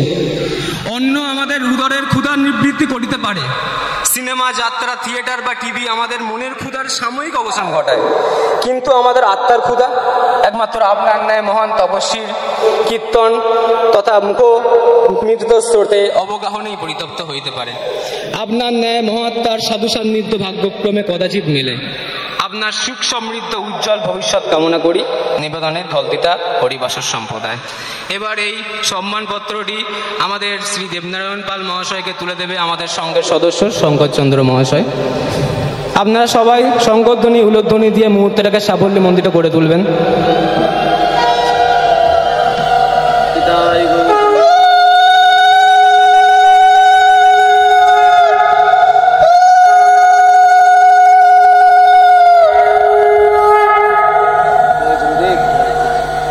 আচ্ছা, আপনাদের কাছে দুঃখিত সময় চেয়ে নেবার জন্য এবার আমরা আবার মূল অনুষ্ঠানে ফেরত আসছি। নমস্কার। নিতাই গৌর হরি বল, হরি বল, নিতাই গৌর প্রেমানন্দে হরি বল, হরি বল, হরি বল, হরি। জয় নিতাই, জয় নিতাই, জয় নিতাই, জয় নিতাই। নিতাই গৌর হরি বল। হরিবোল হরিবোল হরিবোল। যাই হোক, তা যে জায়গাটি ছিল সেটা হলো এই যে নরোত্তম দাস, রাজার ছেলে, হাজার হাজার বিঘে জমির মালিকের সন্তান। তিনি কেমন করে রাজার ছেলে হয়ে এত বৈরাগ্য আসতে পারে তার প্রমাণটি সেই জায়গায় যখন গুরুদেবের কাছে গিয়ে এত সুন্দর কবিতা শুনিয়ে দিলেন গুরুদেবকে। গুরুদেব তো অবাক হয়ে নরোত্তমকে টেনে বুকে জড়িয়ে ধরলেন, বুকের মাঝখানে জড়িয়ে ধরে বলছে, খোকা রে, আমার জীবনে হাজার হাজার ছেলেকে আমি বাড়িতে রেখে লেখাপড়া শেখাই, কিন্তু এত সুন্দর কবিতা জীবনে আমি কোনোদিন শুনি না, কোনোদিন আমি শুনি না। তোর এই মুখের কবিতা শুনে হৃদয় থেকে যে অমৃতটা আমি পেলাম, এর থেকে আমি একটা জিনিস প্রমাণ পেয়ে গেলাম যে তোমার বাবা আমাকে যে আমার কাছে যে পাঠিয়েছে লেখাপড়া শেখার জন্য এটা সত্য, কিন্তু আমার মনে হয় তুমি তোমার মায়ের গর্ভ থেকে পণ্ডিত হয়েই জন্ম নিয়েছ। কারণ নিতাই গৌর প্রেমানন্দে হরিবোল হরিবোল। এত সুন্দর কবিতা যার হৃদয় থেকে আসে সে তো মহাপণ্ডিত। তাই বাবা, আমার মতন পণ্ডিতের কাছে তোমার কাছে কতটা কি দেওয়ার আছে আমি জানি না, তবে এইটুকু জানি যে এই পৃথিবীতে যে যত বড়ই পণ্ডিত হয়ে মায়ের গর্ভ থেকে আসুক না কেন, পৃথিবীতে যেহেতু মানুষ কুলে তোমার জন্ম হবে, তাই তোমাকে যেন তেন ভাবে গুরুর কাছ থেকে কৃপাটা তোমায় পেতেই হবে। গুরুর কাছ থেকে কৃপা তুমি যদি না পাও, তোমার পাণ্ডিত্য কোনো দিনই জগতের শুভ কাজ দেয় না। তাই জন্য তোমার বাবা আমার কাছে পাঠিয়েছে। তা নরোত্তম, তা আমি যতটুকু পারবো তোমায় শিক্ষা দান করব, তুমি শিখো, আমি তোমাকে মন প্রাণ দিয়ে শিক্ষা দান করব। এই বলে মায়েরা দেখুন, অন্যান্য ছেলেরাও লেখাপড়া শিখছেন আর নরোত্তমও শিখছে। অন্যান্য ছেলেদের শিক্ষা আর নরোত্তমের শিক্ষা আকাশ পাতাল। এই যে 4খানা বেদ, 6খানা দর্শন, একটা জিনিস আপনাদের বলি, অনেক বাড়িতে বেদ আছে, অনেক বাড়িতে ভাগবত আছে, অনেক বাড়িতে গীতা আছে। আমি আমার ঠাকুরমাকে দেখেছিলাম একটা মহাভারত আর একটি গীতাকে লাল কাপড়ে বেঁধে প্রত্যেক দিন সকাল সন্ধ্যাবেলায় ধূপ ধুনো দিয়ে আর ওই গীতাকে বুকের মধ্যে জড়িয়ে ধরে চোখ বন্ধ করে ঠাকুরমা কাঁদতেন। মানে ঠাকুরমা তো পড়াশুনো জানতো না, কিন্তু গীতাটাকে জড়িয়ে ধরে সেই যে কান্না, যে ব্যাকুলতা, এইটুকু যদি কারোর মধ্যে থাকে, ওই গীতা আপনাকে কৃপা করবে। এ জন্মে না হয় পরের জন্মে গীতার সার তত্ত্ব আপনার হৃদয়ে কিন্তু থাকবেই থাকবে। তাই জন্য যারা গীতা পড়তে পারেন না, ভাগবত পড়তে পারেন না, মিনিমাম ভাগবত গীতাকে বুকে জড়িয়ে ধরে আপনি 2 ফোঁটা নয়নের জলে কাঁদুন, আপনি গীতার সার তত্ত্ব বুঝতে পারবেন। শুধু ব্যাকুল হয়ে কাঁদতে হবে, তবেই ভগবানের কৃপা পাবেন। তাই জন্য দেখুন, 4খানা বেদ, 6খানা দর্শন, এগুলো মুখস্থ করা তো দূরের কথা, একটা বেদের একটা অধ্যায়কে মুখস্থ করাতে গেলে কোনো কোনো ছেলেদের ক্ষেত্রে 5 বছর 10 বছর করে কেটে যায়। আর নরোত্তমের ক্ষেত্রে কি হচ্ছে দেখুন মা, একটা অধ্যায় নয়, সম্পূর্ণ বেদ, 4খানা বেদ। 1 বছর যখন বয়স হলো নরোত্তমের, মানে 5 বছর বয়সে শিখতে গেলেন আর 1টা বছর লেখাপড়া শিখলেন, বয়সটা হয়ে গেল ছেলেটার 6 বছর। এবার 6 বছরের ছেলে যখন নরোত্তম লেখাপড়া শিখলেন, একদিনকে মাস্টার মশাই বেদের যে অধ্যায় থেকে যেই শ্লোকের ব্যাখ্যায় মুখস্থ বলতে বলে, নরোত্তম চোখ বন্ধ করে অনায়াসেই মুখস্থ বলে ফেলেন। মানে আপনি ভাবলেইও এগুলো অবাক হয়ে যাবে। বেদের যে অধ্যায় থেকে যে শ্লোকের ব্যাখ্যা বলতে বলেন, নরোত্তম চোখ বন্ধ করে পাগলের মতো কিভাবে যে বলতে পারেন, সেটা গুরুদেব পর্যন্ত তার হিসাব মেলাতে পারে না। যেদিনকে নরোত্তমের 6 বছর বয়স হয়ে গেল, একদিনকে গুরুদেব বুকে জড়িয়ে ধরে বলছেন, নরোত্তম আমার কাছে এসো, আমি তোমায় হাত দিয়ে মাথায় আশীর্বাদ করলাম, তুমি মহাপণ্ডিত। আমার কাছে যে বিদ্যা যে বুদ্ধি ছিল আমি তোমায় উজাড় করে দিয়ে দিই। আমার পাণ্ডিত্য আমার বিদ্যা বুদ্ধি তোমাকে সবকিছু দান করে দিলাম। তবে একটা কথা বলি নরোত্তম, তুমি বেদ শিখেছো, তুমি এত এত বেদ চর্চা করেছো, জ্ঞানের ভান্ডার নিয়েছো, কিন্তু একটা ছোট্ট কথা আমি তোমায় বলবো, সেটা তুমি একটু পালন করবে। তুমি 4খানা বেদ জানবে, 6খানা দর্শন জানবে, সারা দুনিয়ার জ্ঞান বুদ্ধি নিয়ে থাকবে, কিন্তু তুমি গৌর সম্পর্কে যদি কিছু না জানো, তোমার ওই অত বেদ বিদ্যা কিন্তু জীবনে কোনো কাজ হবে না। কেন জানো বাবা? আমি তোমাকে একটা শেষ কথা বলি।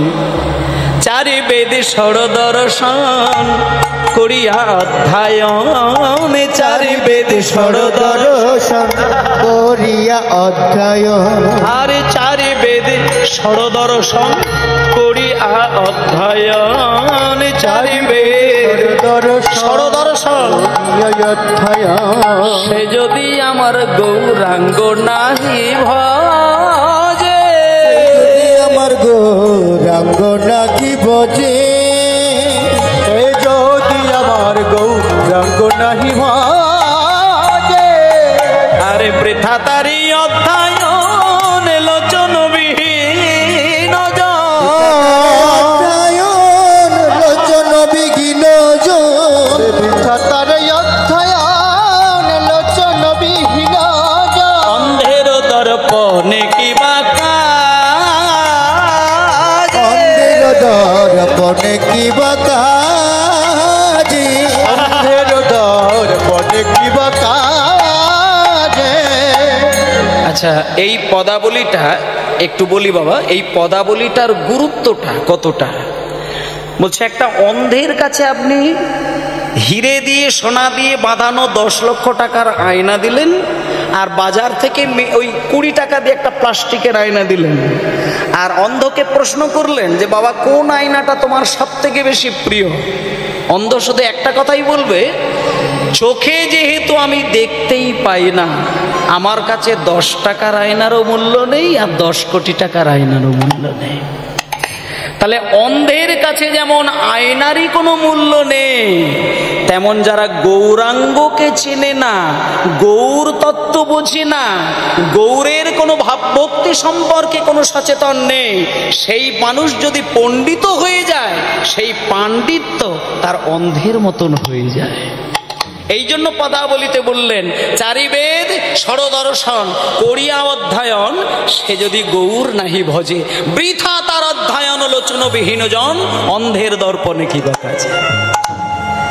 এবার এই কথাটা যখন বললেন, নরোত্তম তো আমাদের মতন বোকা নয়, নরোত্তম সঙ্গে সঙ্গে কথাটা ঘুরিয়ে প্রশ্ন করলেন যে গুরুদেব, আপনি যে আমাকে গৌরাঙ্গের কথা বলছেন, আমি যদি গৌরকে পেতে চাই, মানে গৌরের কৃপা যদি আমাকে হৃদয়ে ধরতে হয়, তাহলে আমাকে কোন পথে চলতে হবে, মানে কেমন ভাবে চললে আমি গৌরকে পাবো? তখন গুরুদেব বলছেন, আচ্ছা ধূপটা একটু বাবা একটুখানি সরি না। তখন গুরুদেব বলছেন, নরোত্তম শোনো বাবা, গৌরকে যদি পেতে হয়, আমি তোমাকে ওই মানে অত ঘুরিয়ে পেঁচিয়ে কোনো কথা বলবো না, একটা সহজ করে কথা বলে দে। তোমার যে মানে বাড়িটা রয়েছে, রাজবাড়িটা রয়েছে, রাজবাড়ি থেকে কিছুটা দূরে একটা নদী বয়ে চলেছে, যে নদীটির নাম হলো পদ্মা নদী।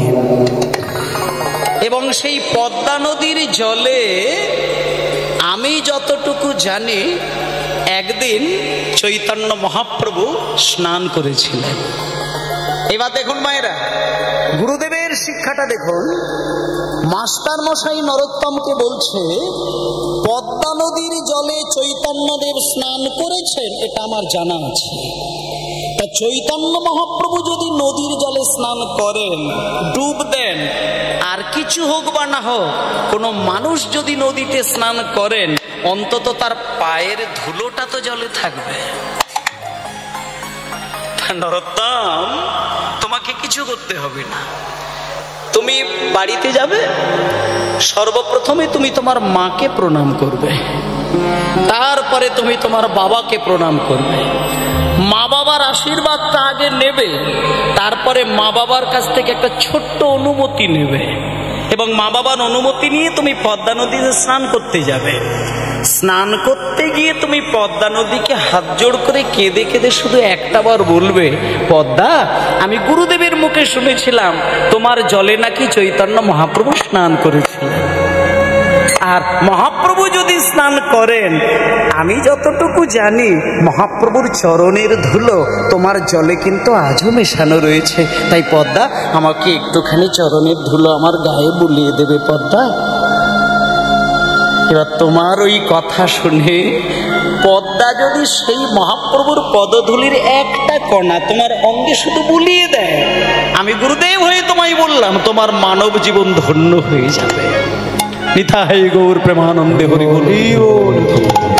যখনই গুরুদেব এই কথাটি বললে, সঙ্গে সঙ্গে ওই ছোট্ট ছেলেটা গুরুদেবকে প্রণাম করে সোজা চলে এলেন মায়ের কাছে। ভজ রাধা কৃষ্ণ গোপাল কৃষ্ণ, কৃষ্ণ কৃষ্ণ বল মুখে মনরে।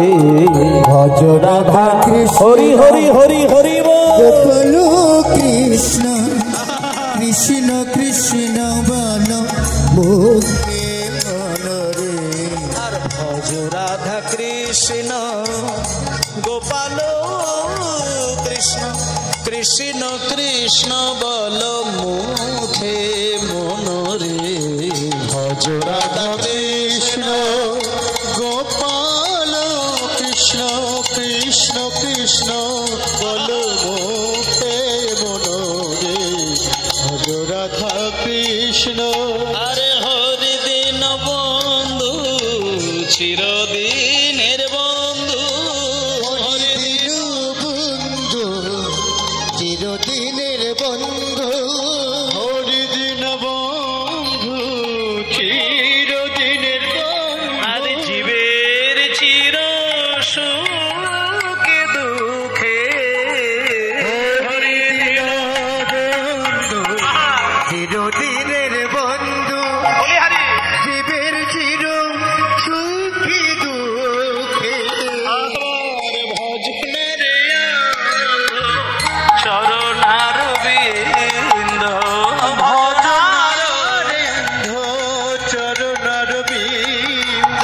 আর দুষ্টর মায়ার বিপাকে। ভজ রাধা কৃষ্ণ গোপাল কৃষ্ণ, কৃষ্ণ কৃষ্ণ হরি হরি বল। মুখে মনরে। আরে রাধা কৃষ্ণ গোপাল কৃষ্ণ, কৃষ্ণ কৃষ্ণ বল মুখে মনরে। ভজ রাধা কৃষ্ণ। আচ্ছা, এইবার দেখুন বাবা, ছেলেটা ছুটতে এসে মায়ের কাছে প্রণাম, আর মা তো ছেলেকে জড়িয়ে ধরে পাগলের মতো কান্না, পাগলের মতন কান্না। ও মা, এখানে যে সমস্ত মায়েরা রয়েছেন আর বাবারা রয়েছেন, একটা প্র্যাকটিক্যাল কথা, নিজের পেটে ধরা ছেলেটা সে যদি সত্যিকারের একটা মানুষ হয়ে এসে মায়ের কোলে ধরা দেয় না, মা দেখবেন ছেলেটাকে কিন্তু বুকে জড়িয়ে ধরে কাঁদতেই থাকেন। ছেলে মানুষ হলে মা বুকের মধ্যে জড়িয়ে ধরে পাগল হয়ে কাঁদেন কেন না? একান্ত তার ভেতরের পরমানন্দের প্রকাশ। ছেলে যখন মানুষ হয়, মা তার জন্য চোখে জল ধরে যায়। কেন? এটা আনন্দে, এটা পরমানন্দে। ঠিক তেমনি যখন নরোত্তম বাড়িতে আসবে, তার আগে ঘোষণা হয়ে গেছে যে নরোত্তম পণ্ডিত হয়ে বাড়িতে আসছেন। ছেলে যখন ছুটে এসে মায়ের কোলে বসলো, মা বুকে জড়িয়ে ধরে পাগলের মতন কান্না। বাবা পাশে দাঁড়িয়েছিলেন, বাবা ছুটতে এসে ছেলেকে বলছে, খোকা রে, শোন বাবা, আমার জীবনের একটা ইচ্ছে ছিল তোকে পণ্ডিত তৈরি করব, কিন্তু আমি সব খবর পেয়েছি তুই পণ্ডিত হয়ে বাড়িতে এসেছিস। তবে তবে একটা কথা বলি, বাবার মনের ইচ্ছে পূরণ করে যখন তুই আমাকে সবকিছু ভরিয়ে দিলে, এইবার আমি বাবা হয়ে একটা কথা তোকে বলতে চাই। তুই বলতো, ছেলে হয়ে বাবার কাছ থেকে কি চাস? আমি তো বাবা, আমার তোর কাছে একটাই চাওয়া ছিল যে তুই পণ্ডিত হয়ে যা, আমি আমার সব জীবনের উজাড় করে দিয়ে দেব। আর তুই বাবার কথা রেখেছিস, এটাই আমার সব পাওয়া, এর থেকে আমার বেশি কিছু পাওয়া নেই। এবার তুই যেহেতু ছেলে আর বাবার কাছ থেকে কি চাস বল, আজকে আমি তোকে সব দিয়ে দেব। যদি বলিস আমি রাজপ্রাসাদ দিয়ে দিতে চাই, সোনা দানা গয়না কাটি দিয়ে নিঃস্ব হতে চাই, আমি হাসি মুখে দিয়ে দেবো। বল তুই কি চাস? নরোত্তম বলছেন, বাবা আপনি আমাকে দেবেন। দেবেন মানে তুই আমার ছেলে, আমি তোর বাবা, আবার দেবেন প্রশ্ন কিসের? বল তুই কি চাস, বল বল বল। কোনো কিছু না, পরিষ্কার করে একবার বল, আমি তোকে সব দিয়ে দেব। তখন ছোট্ট ছেলে, 6 বছরের ছেলে, হাত জোড় করে বলছেন, বাবা আপনি যদি আমায় কিছু দিতে চান, না না আমি অন্য কিছু চাইবো না, আপনি শুধু আমাকে একটা জিনিস শুধু দিয়ে দিন। আপনি আমার মাথায় হাত রেখে অনুমতি করে দিন, আমি পদ্মা নদীর জলে শুধু একবার স্নান করব। এই খোকা, এটা আবার কোনো চাওয়া পাওয়ার মধ্যে হলো নাকি? আমি তোকে বললাম সবকিছু দিয়ে দেবো, তুই পরক্ষণে বলছিস পদ্মা নদীর জলে স্নান করব। আরে নদীর জলে স্নান করাটা কি কোনো চাইবার মধ্যে পড়ে রে? তা ঠিক আছে, তাই যদি চাস তাহলে তুই এখানে দাঁড়া, তোর নদীর জলে স্নানের ব্যবস্থা আমি করে দেব। আরে কে আছিস? হ্যাঁ বলুন। আমার লকারের মধ্যে দেখবি কতগুলি সোনার কলসি রাখা রয়েছে, আর ওই সোনার কলসিগুলো পদ্মা নদীর জল থেকে ডুবিয়ে নিয়ে, ওতে করে জল ভরে নিয়ে, সোনার কলসি করে জল নিয়ে আমার ওই সোনার টুকরো ছেলে নরোত্তমকে স্নান করিয়ে দে। যখন এই কথাটা বলেছে, নরোত্তম হাত জোড় করে বাবাকে বললেন, বাবা আমি ওইভাবে স্নান করব না, আমি ওইভাবে স্নান করব না, আমি পদ্মা নদীতে গিয়ে স্নান করব। ও তুই নদীতে যাবি? আচ্ছা আচ্ছা আচ্ছা, তা ঠিক আছে, নদীতে যাবি, তা ঠিক আছে। আরে দাঁড়া দাঁড়া দাঁড়া, এই কে আছিস? আমার ছেলে পদ্মা নদীতে যাবে, একটা সুন্দর করে পালকি সাজা, দামি দামি ফুল দিয়ে পালকিটা সাজা, আমার ছেলেকে আমি পালকির ভেতরে বসিয়ে পদ্মা নদীতে নিয়ে যাব। বলছি, বাবা পালকিতে করে যাব? বাবা পালকিতে করে গেলে না ওই লোকের কাঁধের ওপরে চড়ে যেতে হয়, আর লোকের যদি কাঁধের ওপরে চড়ে যাওয়া হয় তাহলে কিন্তু অন্তরে ভক্তি লাভ হবে না, আমি পালকিতে চড়ে যাব না। আচ্ছা তাহলে তুই গরুর গাড়িতে যাবি? না আমি গরুর গাড়িতেও যাব না। আচ্ছা তোকে যদি একটা ঘোড়ার গাড়ি করে দেওয়া হয় তাহলে তাতে করে যাবি? বলছি না আমি ঘোড়ার গাড়িতেও যাব না। আচ্ছা পালকিতে যাবি না, গরুর গাড়িতে যাবি না, ঘোড়ার গাড়িতে যাবি না, তাহলে কি তুই হেঁটে হেঁটে যাবি? তখন নরোত্তম বলছে, বাবা আমি হেঁটে হেঁটেও যাব না। তাহলে তুই কিসে করে যাবি? সোনার কলসি মেনে নিলি না, পালকি তাও চলবে না, গরু ঘোড়া তাও চলবে না, এখন হেঁটে হেঁটে বলছি তাও যাবি না, তাহলে তুই কিসে করে যাবি? যখন বাবা বলেছে কিসে করে যাবি, তখন নরোত্তমে কেঁদে কেঁদে বলে, বাবা গো বাবা গো, আমি পালকিতে চড়ে যাব না, গরুর গাড়িতেও যাব না, ঘোড়ার গাড়িতেও যাব না, আর আমি হেঁটে হেঁটেও যাব না গো। তবে আমি কেমন করে যাব জানো? আমি কেমন করে এই রাজপ্রাসাদ ছেড়ে পদ্মা নদী পর্যন্ত যাব জানো? আমি ধুলোই গড়া গড়ি দিয়ে যাব। তাই গৌর প্রেমানন্দে হরি হরি বল। আরে যাব গড়া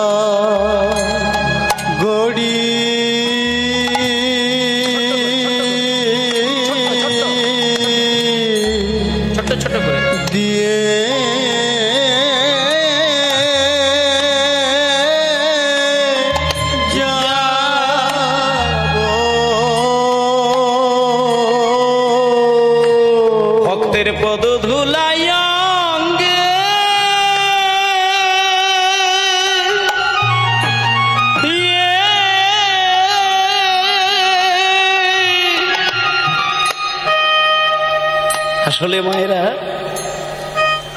কোটি কোটি কোটি কোটি জন্মের স্বীকৃতি যদি কারোর উপরে না থাকে, একটা বাচ্চা ছেলের ভেতর থেকে এত ভজন সাধনের কথাটা কিন্তু আসতে পারে না।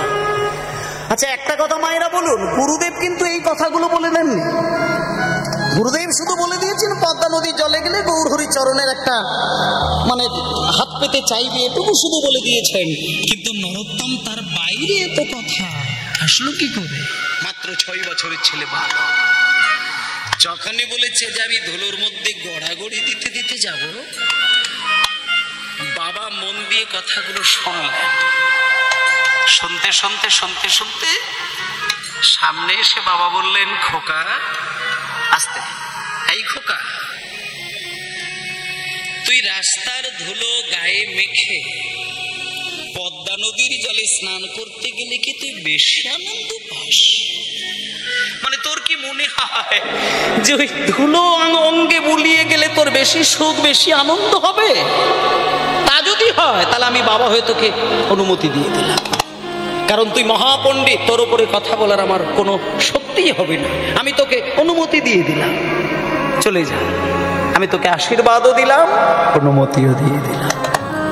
এই বলে নরোত্তম চলেছেন। কিন্তু বাবা দুজন প্রহরী কিন্তু গোপনে গোপনে ঠিক করে দিলেন।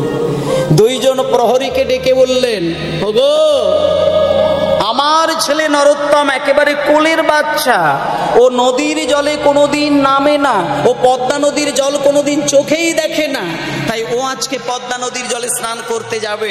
তোমরা একটু পিছনে পিছনে যাও। ও যখন জলে নামবে তোমরা দুজনে ছুটতে গিয়ে ওর হাতটা একটু হালকা করে ধরবে। যখনই ওর স্নান হয়ে যাবে, ডোবা হয়ে যাবে, ওকে সুন্দর করে যত্ন করে তুলে নিয়ে এসে আমার কাছে নিয়ে আসবে। এই বলে 2 জন প্রহরী পিছনে পিছনে যাচ্ছে। ভালো করে মায়েরা দেখুন, 2 জন প্রহরী পিছনে পিছনে চলেছে, আর নরোত্তম গড়াগড়ি দিতে দিতে দিতে দিতে দিতে দিতে একেবারে পদ্মা নদীর জলের কাছে গিয়ে দাঁড়ালেন। এবার জলের কাছে গিয়ে দাঁড়াতে গিয়ে নরোত্তম একটা কথা ভেবে ফেলল যে আমাকে যদি পদ্মা নদীতে নামতে হয়, মানে যদি স্নান করতে হয়, তাহলে তো আমাকে পাটা নদীতে আগে ঠেকাতে হবে।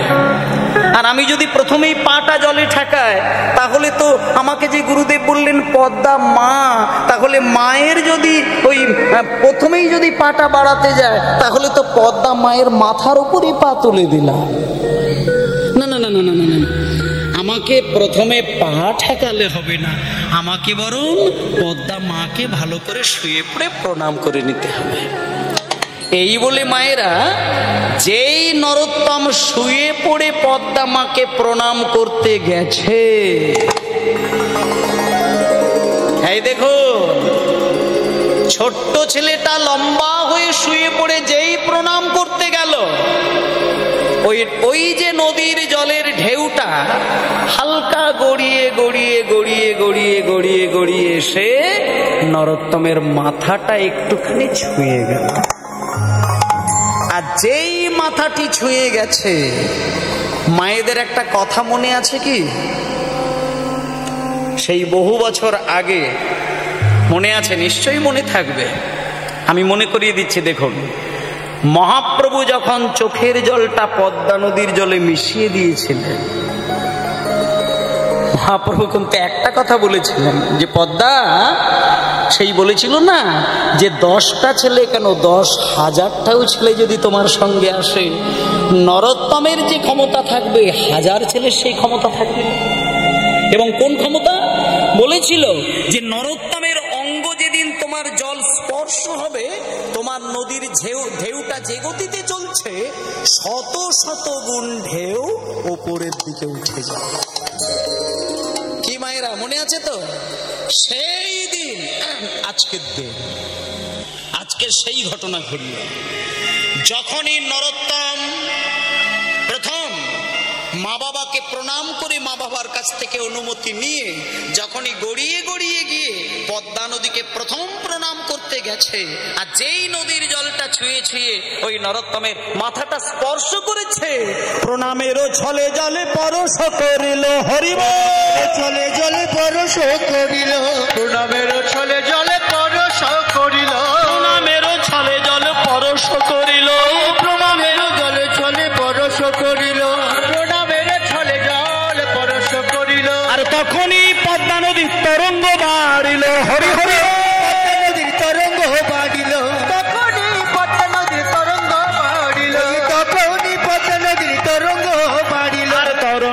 বাড়িল, তরঙ্গ বাড়িল, তরঙ্গ বাড়িল, তরঙ্গ বাড়িল, ওই নরোত্তমের ছোঁয়া পেয়ে তরঙ্গ বাড়িল, নরোত্তমের ছোঁয়া পেয়ে তরঙ্গ বাড়িল, ওই নরোত্তমের ছোঁয়া পেয়ে নিতাই গৌর হরি বলে হরি হরি বলে, নিতাই গৌর হরি বলে, নরোত্তমের ছোঁয়া পেয়ে নিতাই গৌর হরি বলে, নরোত্তমের ছোঁয়া পেয়ে নিতাই গৌর হরি বলে, তরঙ্গ বাড়িল, বাড়িতে লাগিল, তরঙ্গ বাড়িল, বাড়িতে লাগিল।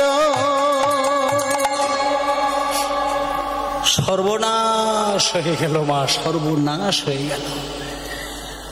যে দুইজন প্রহরীকে বাবা পাঠিয়েছিলেন তারা নরোত্তমকে হাতটা ধরে যে স্নান করাবে এই সময়টুকুই পেলেন।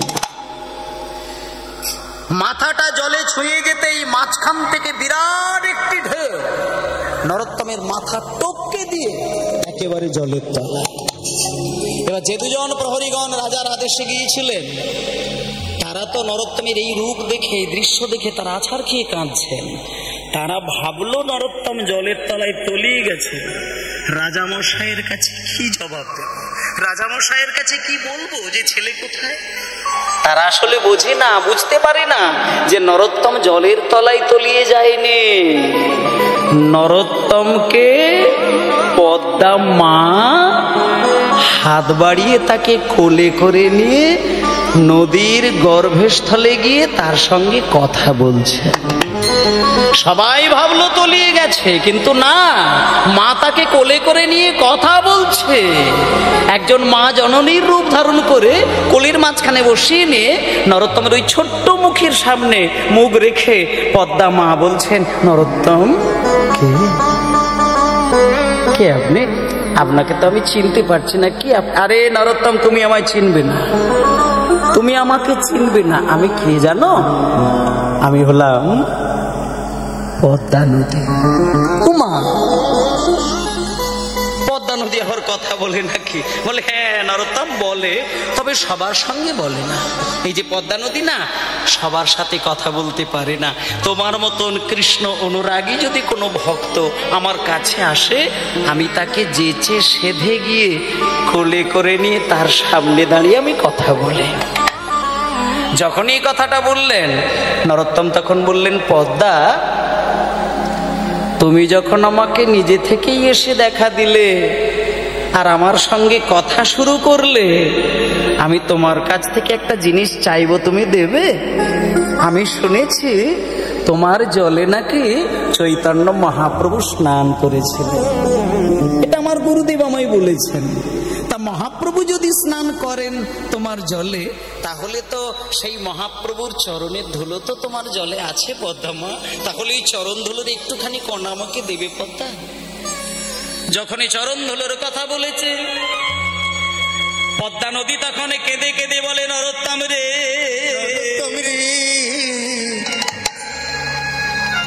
পদ্মা নদী তখন বলে, নরোত্তম রে, আমার জলে মহাপ্রভুর পদধূলি মেশানো রয়েছে। এ তো জগতে সবার জন্য, কিন্তু তোর জন্য মহাপ্রভু কি যে রেখে গেছে তা তুই জানিস না। এতদিন ছিলাম আমি গৌর প্রেম ধনে ধনী, আর আজকে আমি সেই প্রেমে তোর হৃদয়ে মাঝে মাখিয়ে দিয়ে আমি হব প্রেমের কাঙালিনী। মায়েরা, মায়েরা, আজকে না নরোত্তম যখনই বলেছে পায়ের ধুলোটা দিতে, তখন পদ্মা নদী একেবারে পরিষ্কার করে বলে দিলেন যে নরোত্তম, তুমি জানো না, তুমি বাচ্চা ছেলে তো, তুমি অতটা বোঝো না। মহাপ্রভু আমার জলে স্নান করেছেন এটা ঠিক, কিন্তু ওনার পায়ের ধুলোটা এ তো জগতে সবার জন্য রয়েছে, যে চাইবে সেই পাবে। কিন্তু তোমার জন্য কিন্তু পায়ের ধুলো নয়, তোমার জন্য এমন একটা জিনিস মহাপ্রভু রেখে গেছেন, যেটা আমি যত্ন করে এতগুলো বছর আমি রেখেছিলাম, আজকে আমি সেই জিনিসটা তোমাকে দান করব। এই বলে মায়েরা, নরোত্তম যেদিনকে মায়ের কোলে জন্ম নিয়েছিল, সেদিন নরোত্তমকে দেখতে হয়েছিল সুন্দর, খুব সুমিষ্ট। যে দেখেছিল সে চোখ ফিরিয়ে নিতে পারে না। কিন্তু একটা ছিল জিনিস, সেটা হচ্ছে নরোত্তমের গায়ের রংটা ছিল কিন্তু কালো, মানে ফর্সা ছিল না, কালো ছিল। কিন্তু আজকে সেই মহাপ্রভুর যে চোখের জলটা যখন পদ্মা নদী ওই এতদিন ধরে যত্ন করে লুকিয়ে রাখার পরে যখন এই নরোত্তমের অঙ্গে বুলিয়ে দিলেন, অদ্ভুত ভাবে দেখা গেল নরোত্তমের গায়ের রংটা কালো ছিল, কিন্তু সঙ্গে সঙ্গে দেখা গেল নরোত্তমের অঙ্গ হয়ে গেল সোনার বর্ণ। সেই যে মহাপ্রভুর হৃদয়ের প্রেম, সেটা যদি কেউ পায় সে তো আর কালো থাকবে না, সে তো গৌরবর্ণ হবে। গৌরাঙ্গ যাকে নরু নরু বলে ডেকেছিলেন, গৌরাঙ্গ যাকে হাকৃষ্ণ বলে চোখের জলে নদীতে রেখেছিলেন, সেটা যদি কেউ পায় সে তো গৌরহরি হবে, সে তো গৌরবর্ণ হবে। আজকে নরোত্তমের গায়ের রংটা হয়ে গেল সোনার বর্ণ, আর ছেলেটার চোখ থেকে অবিরল অশ্রুধারা বইছে। মানে যখনই পদ্মা নদী সেই চোখের জলটা একবার বুলিয়ে দিয়েছে, দুটো জিনিসের পরিবর্তন হয়ে গেল। এক হলো নরোত্তমের গায়ের রংটা সোনার মতো, আর 2 নম্বর হয়ে গেল নরোত্তমের চোখ থেকে টপ টপ করে সদাই কৃষ্ণ প্রেমের ধারা।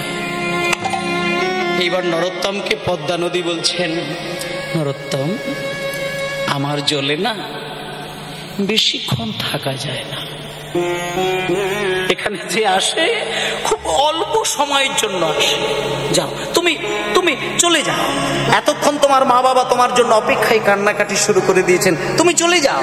এইভাবে নরোত্তমকে যেই জল থেকে তুলে দিয়েছে, যে 2জন প্রহরী রাজামশাইয়ের আদেশে গেছিলেন, তারা ততক্ষণেও কিন্তু গঙ্গা ওই পদ্মা নদীর কাছ থেকে আসে না, কিন্তু যেই দেখতে পেয়েছে জল থেকে একটা ফর্সা টুকটুক, কি এই খোকা,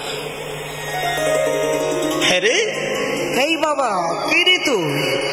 এই জলের ভেতর থেকে উঠে আসছে সোনার বর্ণ দেহ ধারণ করে, আবার কৃষ্ণ বলে বলে কাঁদছিস, কে তুই? নরোত্তম সামনে এসে বলছেন, এ কি, তোমরা আমার চিনতে পারছো না? আমাকে তোমরা চিনতে পারছো না? আমি তো তোমাদের রাজার ছেলে, আমার নাম নরোত্তম। ভালো করে দেখো, আমি তো সেই রাজার ছেলে, আমার নাম নরোত্তম। দাঁড়া, তুমি এতক্ষণ কোথায় ছিলে? বলি এতক্ষণ তুমি জলের তলায় গিয়ে কোথায় ছিলে? যখনই বলেছে কোথায় ছিলে, নরোত্তম চোখ বন্ধ করে বলছে, আমি কোথায় ছিলাম? শুনবে তোমরা শুনবে? শোনো।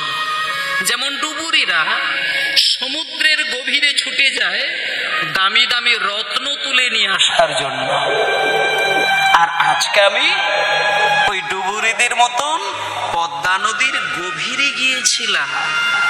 আমিও সেই ডুবুরিদের মতন দামি একটা রত্ন তুলে নিয়ে এসেছি। তোমরা কি সেই রত্ন নেবে? তোমরা সেই রত্ন নেবে? আমি প্রেম রত্ন তুলে নিয়ে এসেছি। যদি নিতে চাও তোমরা দূরে দাঁড়িয়ে থেকো না, আমার কাছে এসো, আমি তোমাদেরকে সেই প্রেম রত্ন দেব। এসো এসো এসো এসো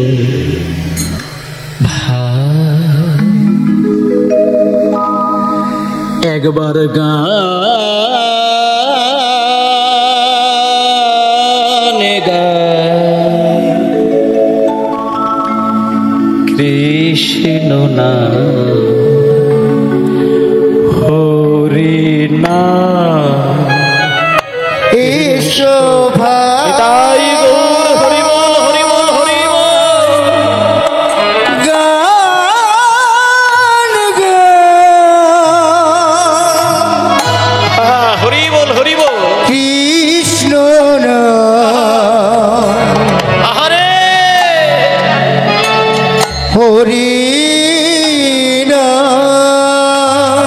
এসো গান গাই কৃষ্ণ নাম হরি নাম। এসো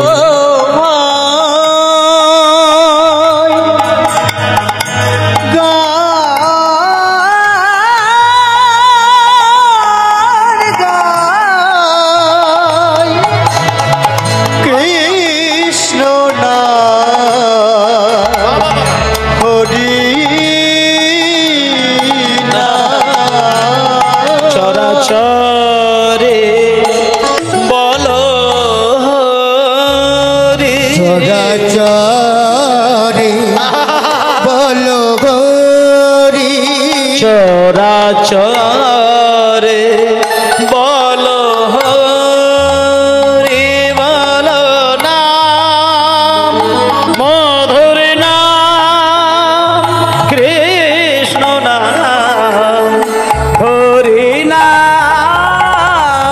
চরাচরে